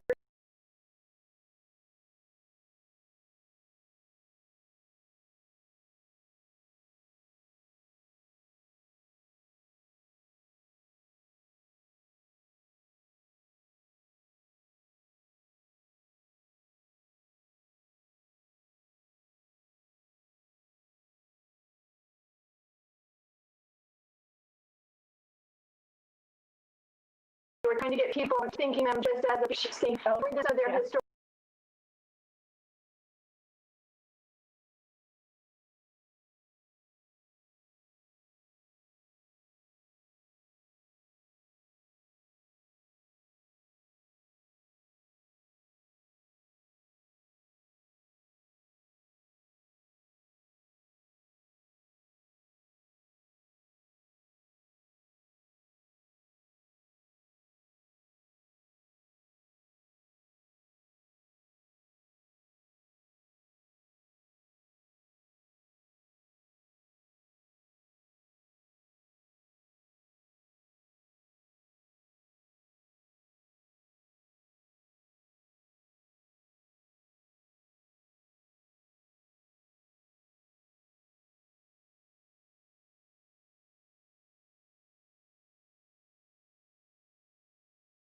Assessments of candidates, how you incorporate making sure it's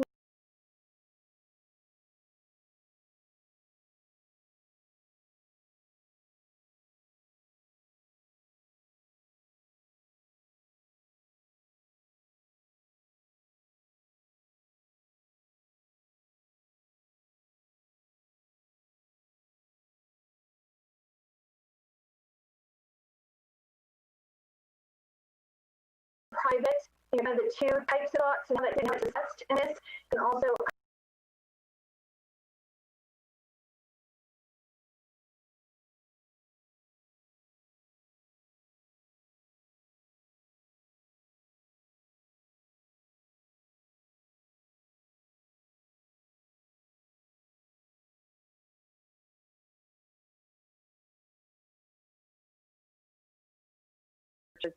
and the due diligence pieces, but I'm the only person that you would interact with.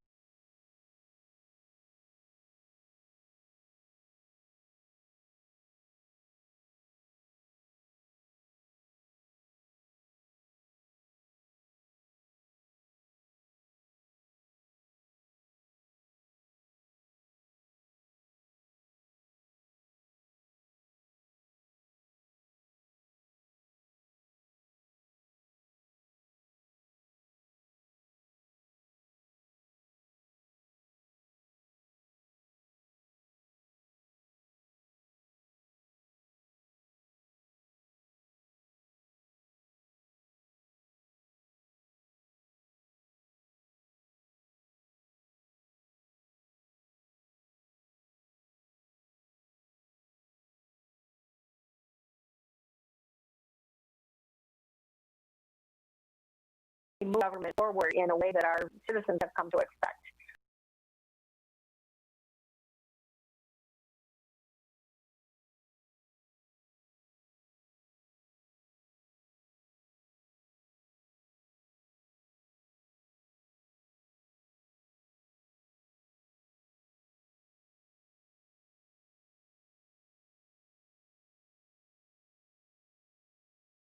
that provides services, because that we have found more and more on the minds of elected officials.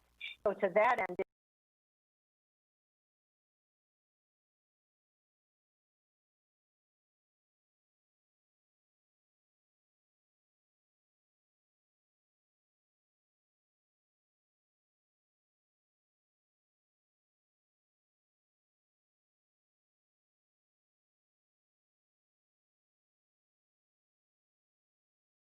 he became city manager, McKinney.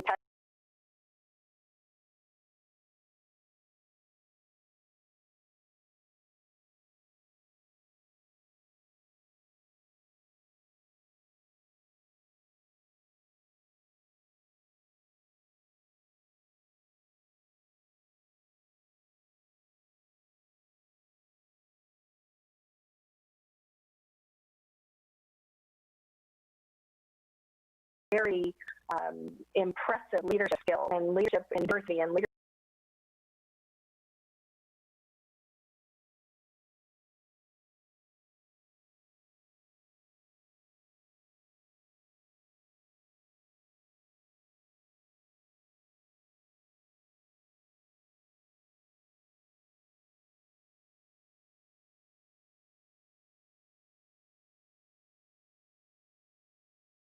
That's another angle and another way of vetting.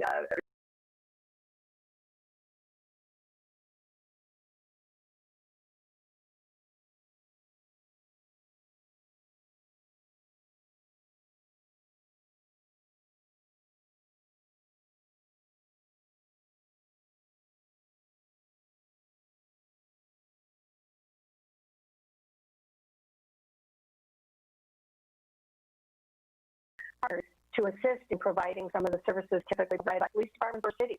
As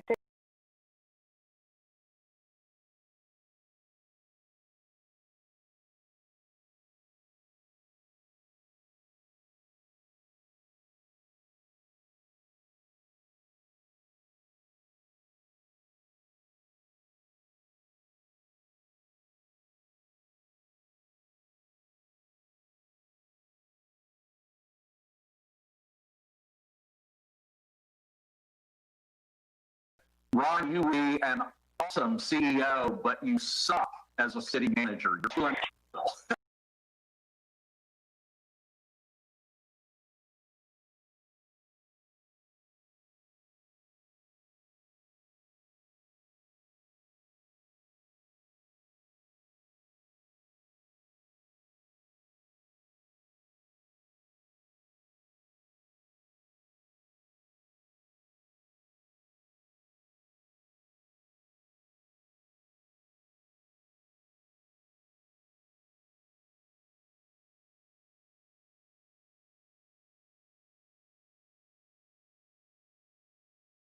the other type. And so we're a real advocate of learning from the corporate sector. Now, context is different.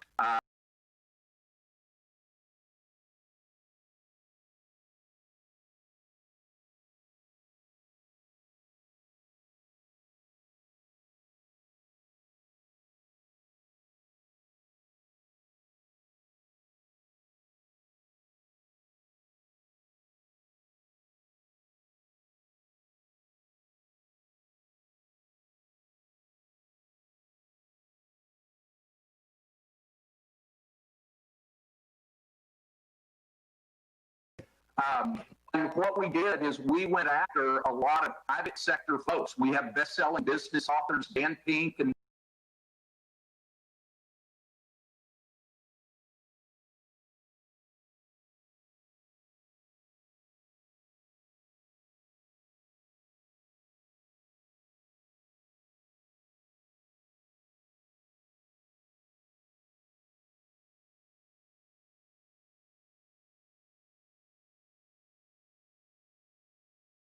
out every year, and that typically about a third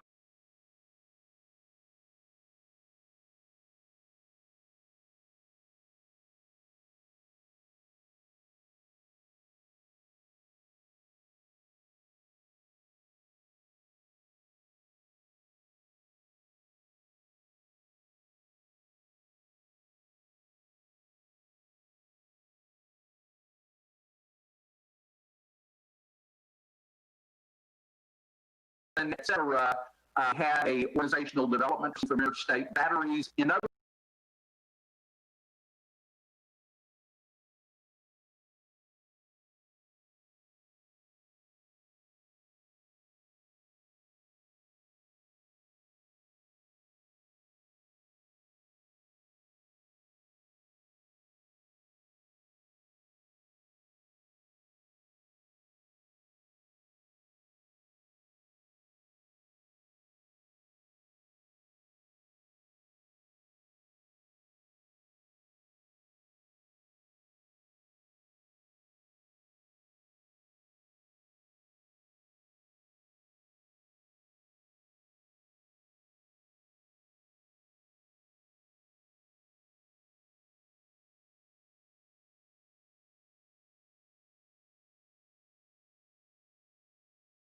And again, it has an overwhelmingly private sector.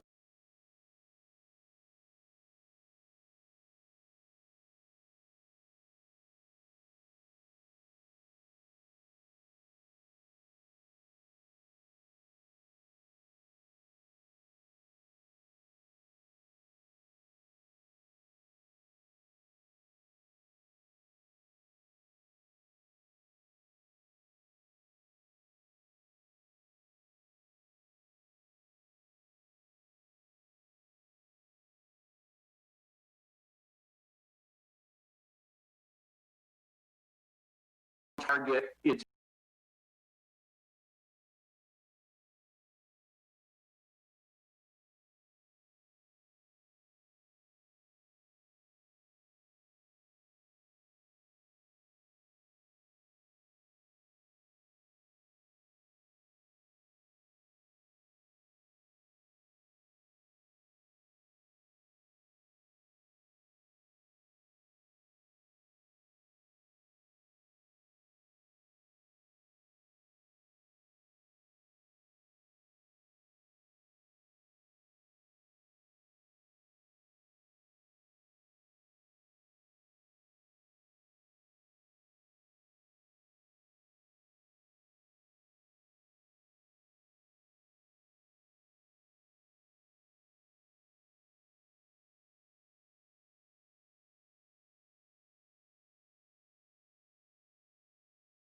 who has been a city manager, but also been in the private sector.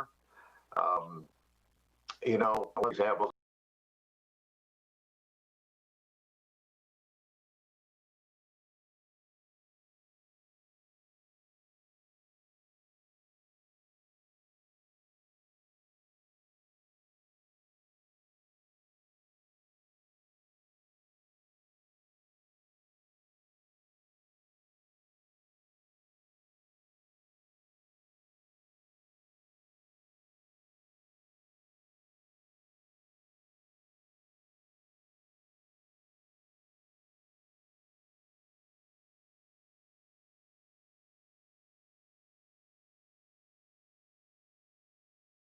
Years ago, and Dick Anderson, who was with AT&T and actually had worked for the Fed for a while.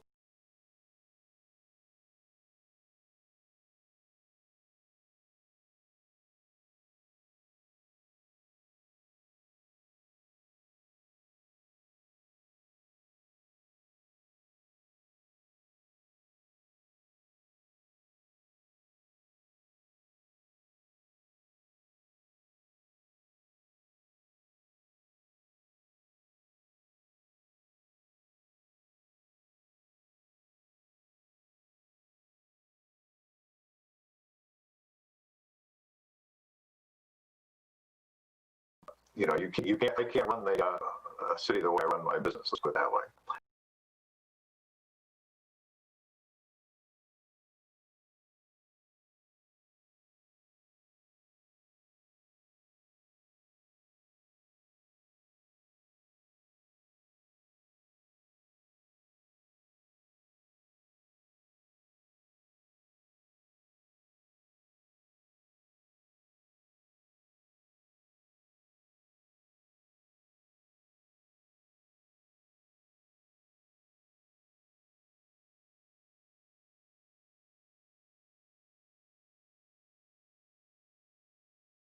that. But if you're interested, we could have that conversation offline. So, particularly, I guess the other thing is,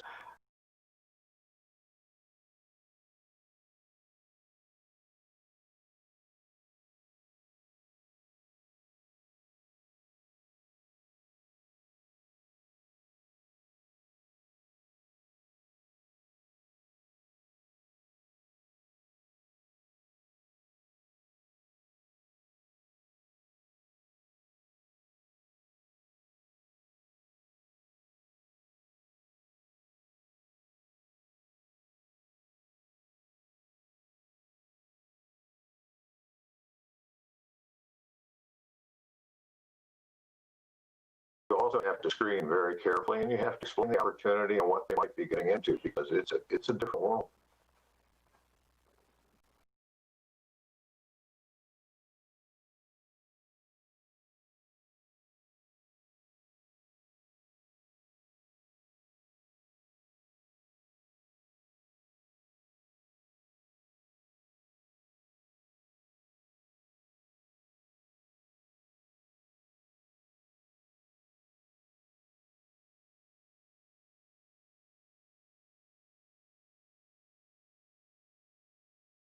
It is more delicate. To me, it is also something for which there should be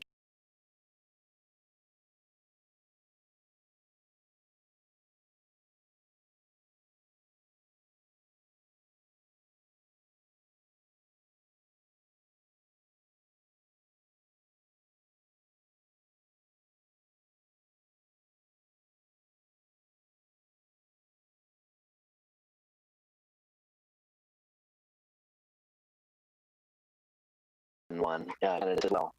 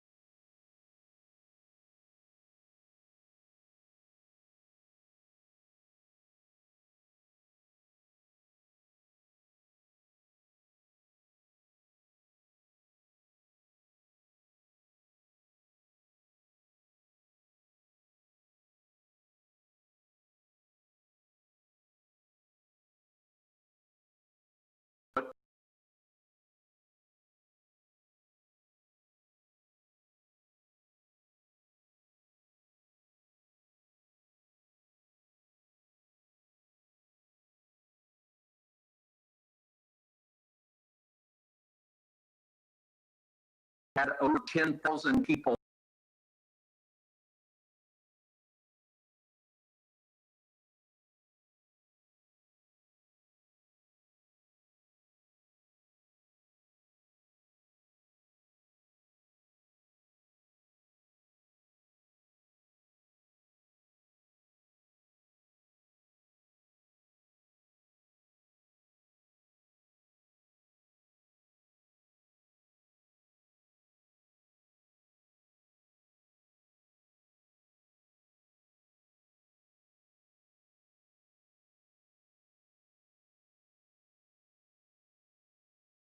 and the highs, and little do we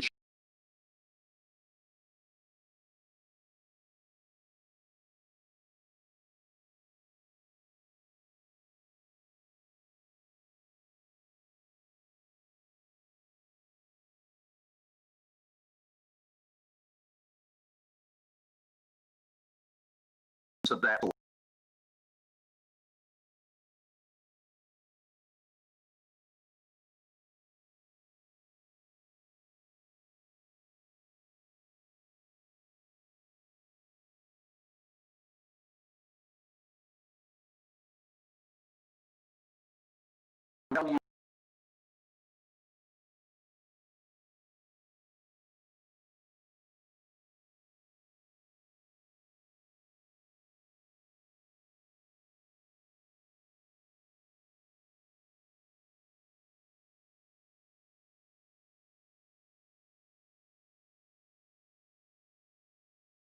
Possible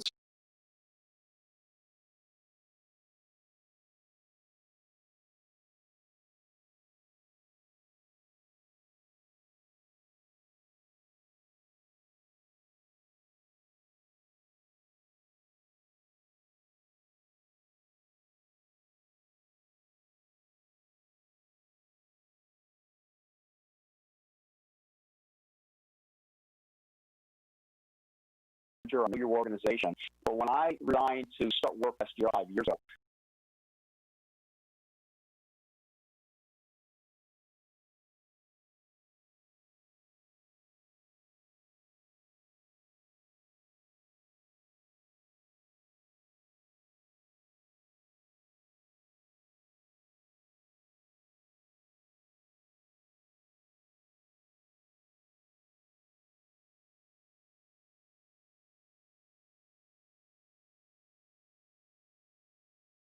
and try to stay in that game because that was a different chapter in my life and a different chapter in the city's life. And so obviously I'm going to have background and insight and understanding, but I do not coach this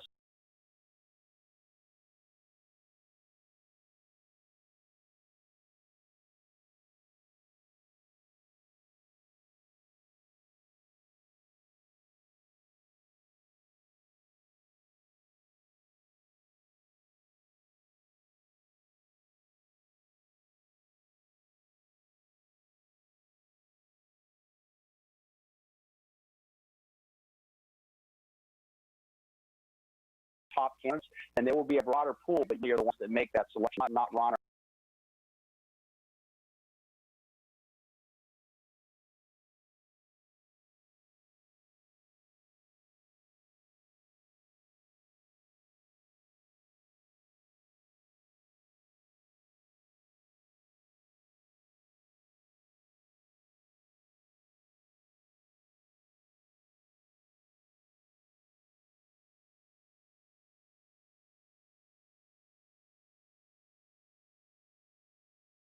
Physically has changed.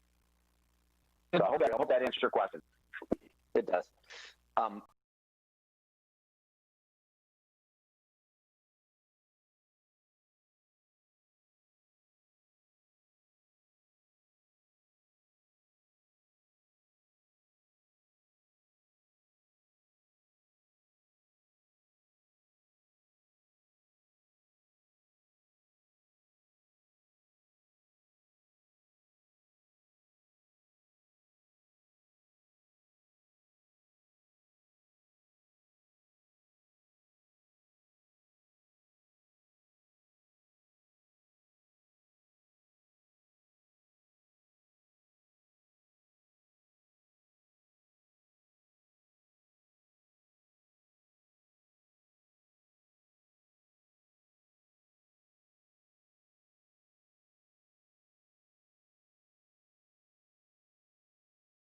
Your day. Thank you very much. It's been wonderful. Wonderful to see. Bye.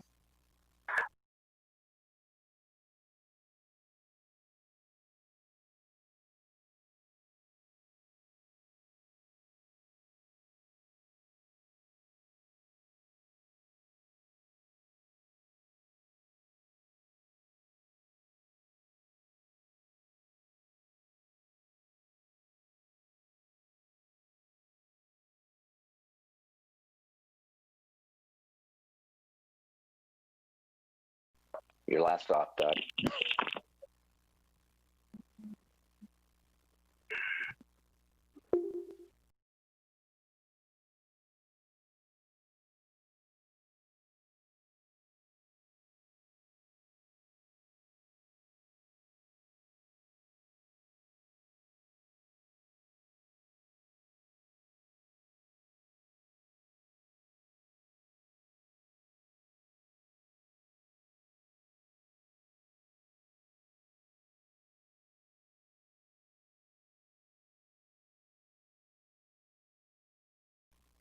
My comment though, Mayor, is I have a hard stop at 11:30, unfortunately. Oops.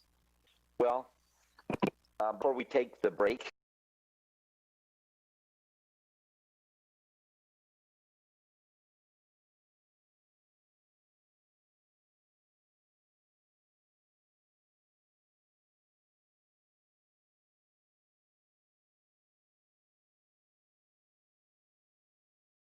thank you.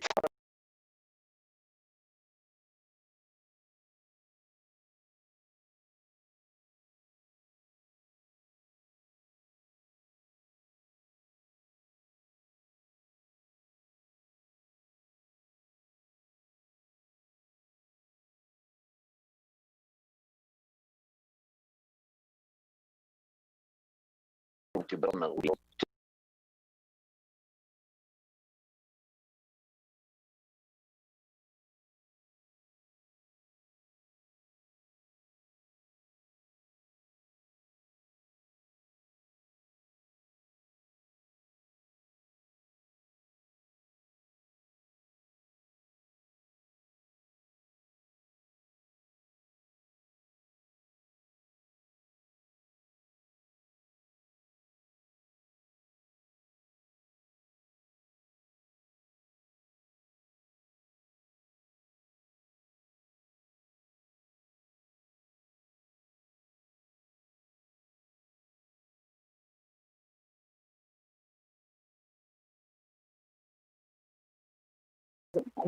Yeah.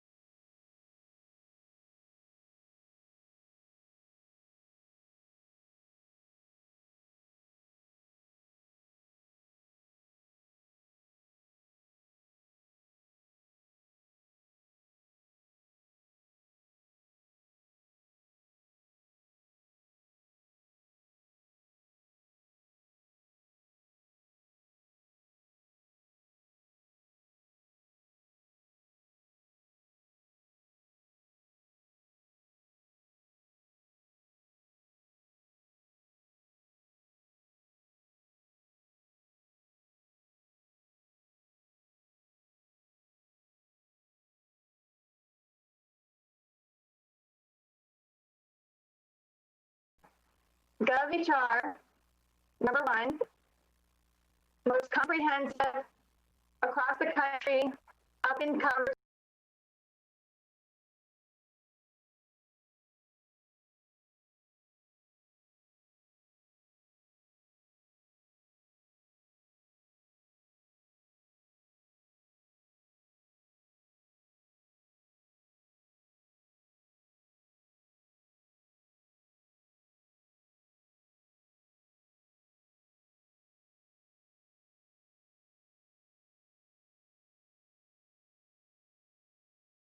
Those instincts. Second one with SGI, I love the modern data.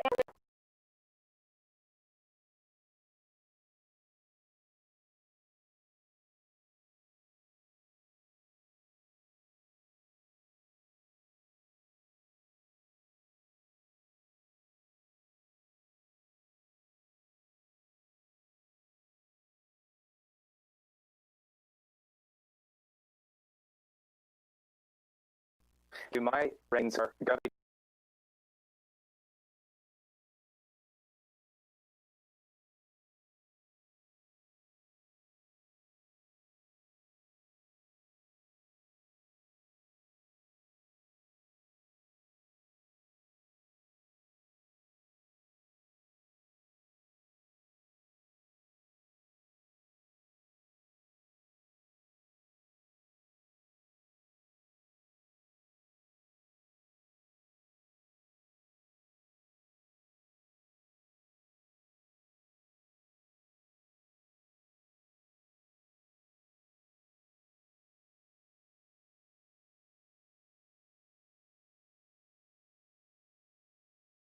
I think they presented very well today, but I would, if I had to pick the top, it would be HR.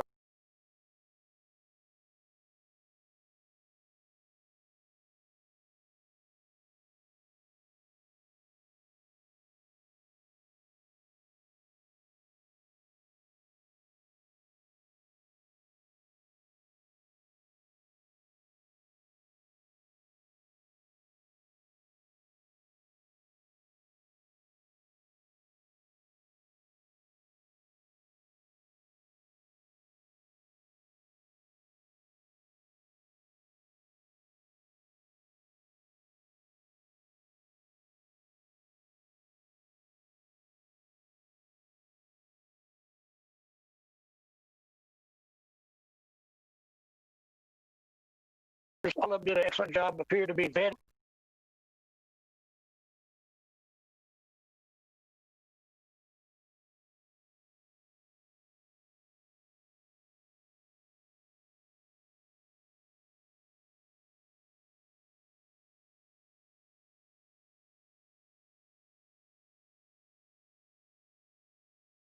Again, I came back and, like I said, did a little bit more. Uh,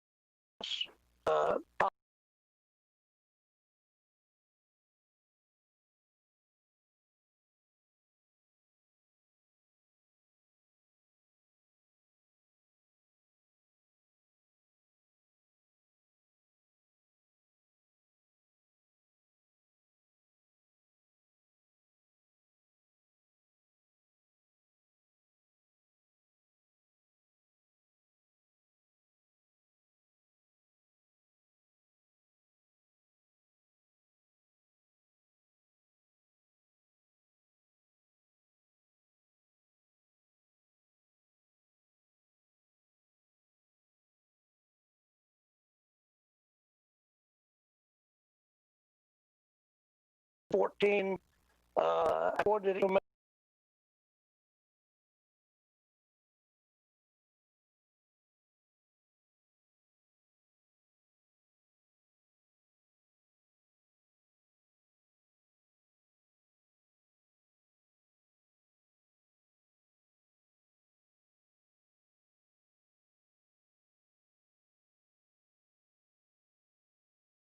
Maybe done standard or county in Florida.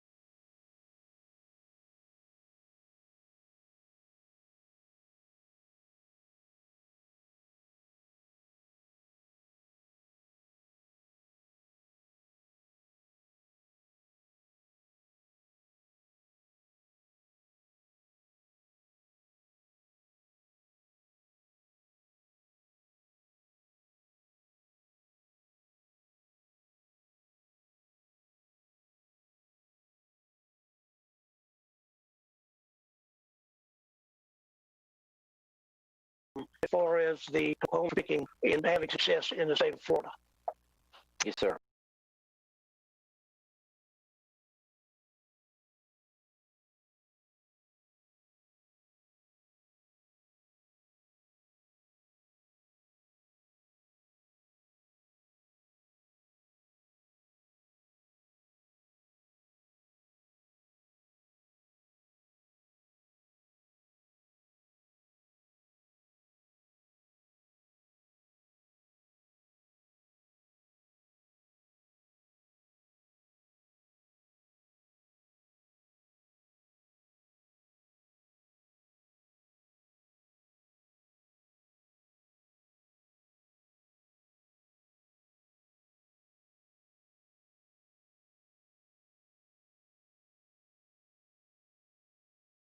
And it's much about obviously getting the right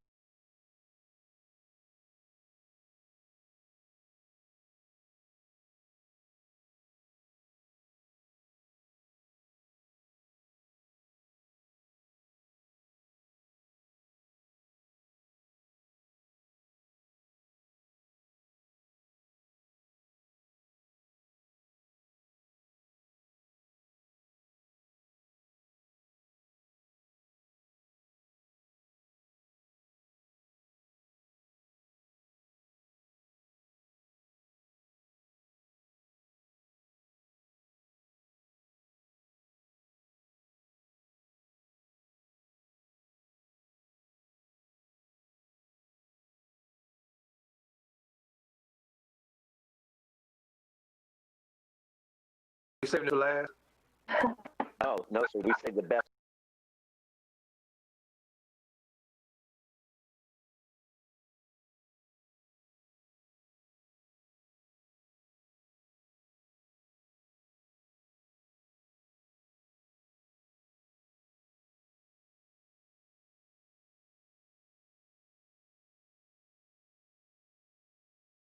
And I think his comments sit well with me, and when I heard his opponent's comments,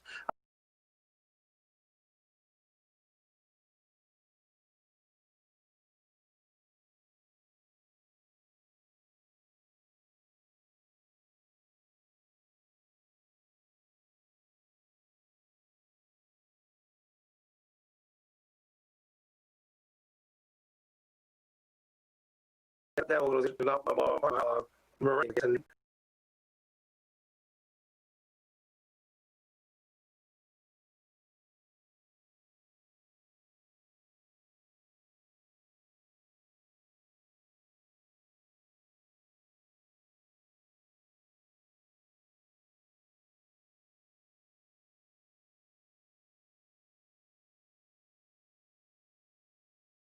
those in our community for water, and I think the kind of things that we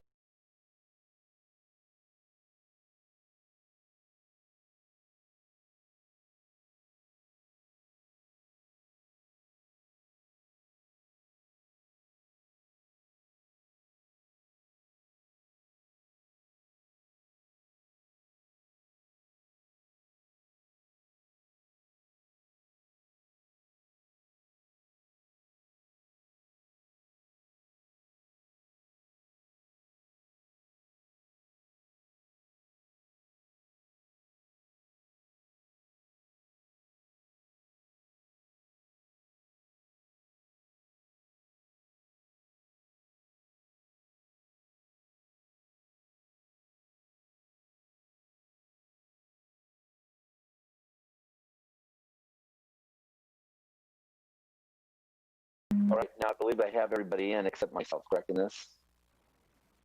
So my ranking is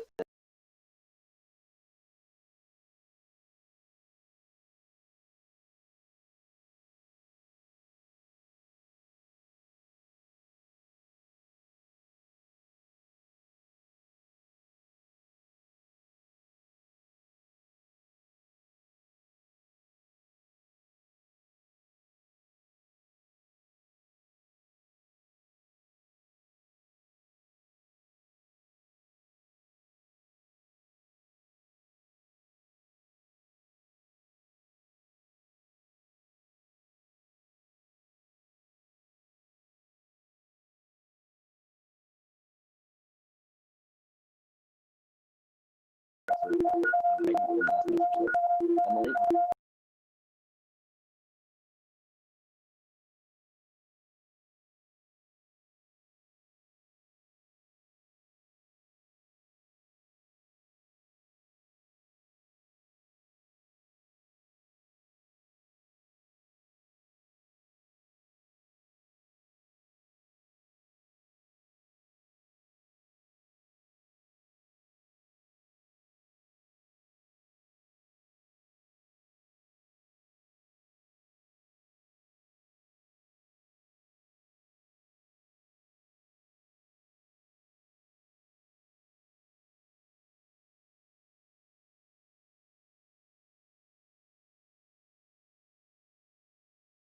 for them, those city Fort Myers, as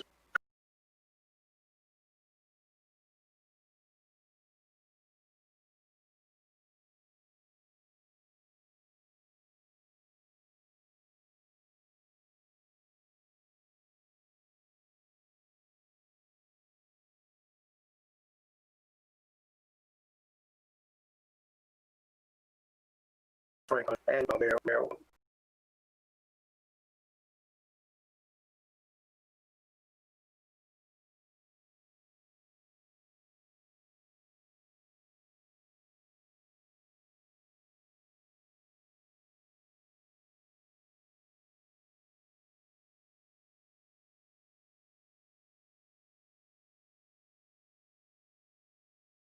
Basically, I think that's now. Let's take a look at what we've said. You know,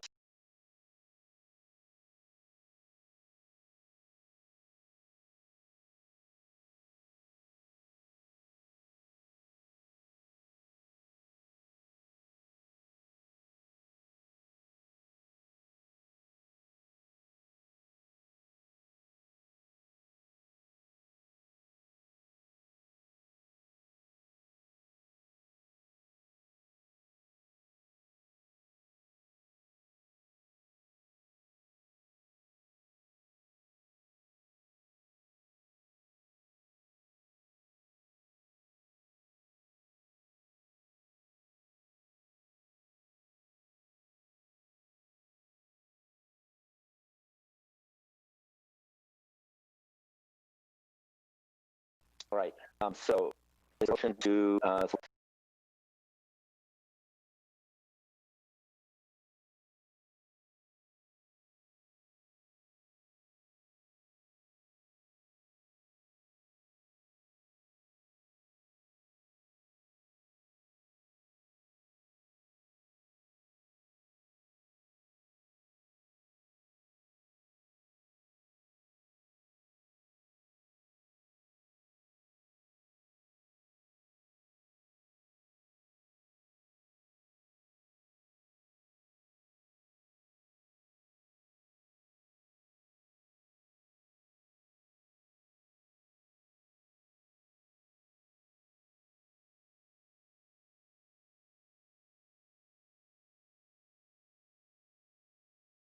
Number two is very close in course.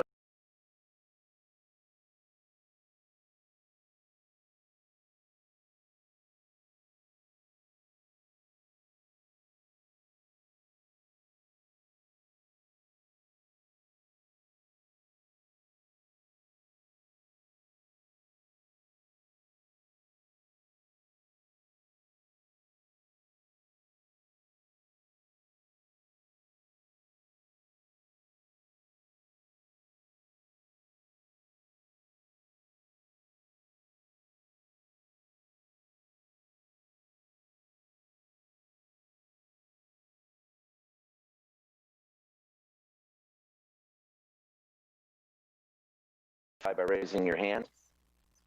Opposed?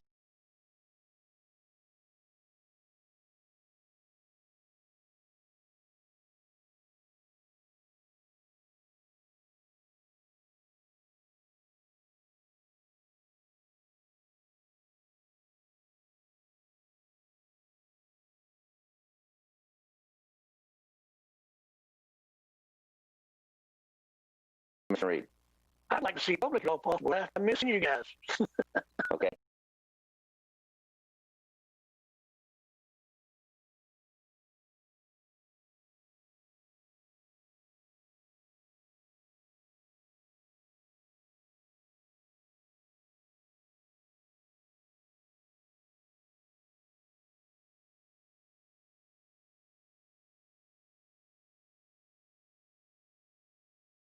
And be socially distant. So we can put 6 and have someone sit in the other.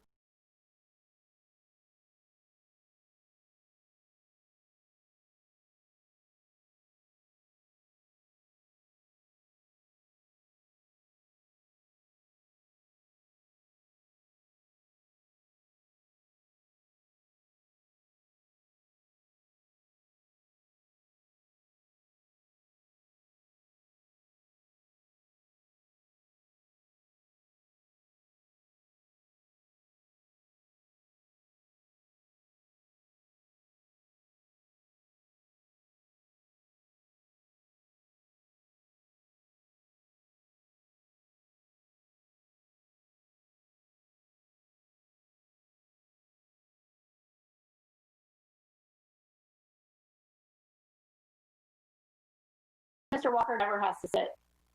And then we can work with humility.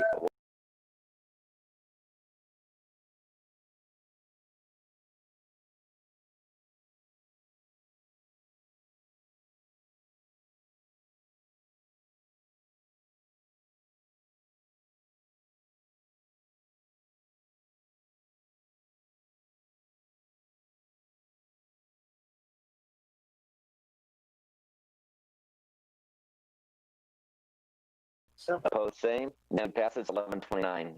Thank you. You make it upset. You.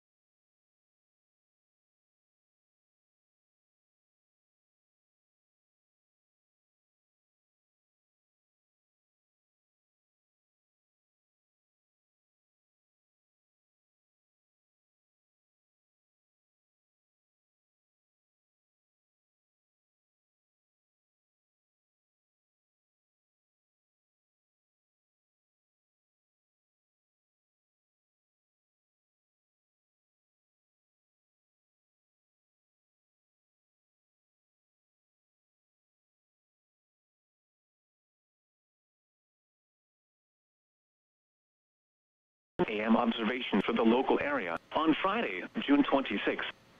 At Tampa International, it was mostly sunny.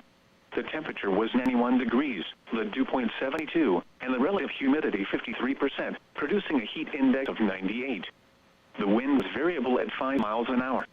The pressure was 30.20 inches and steady. At St. Pete Clearwater Airport, it was sunny. The temperature was 80 degrees, the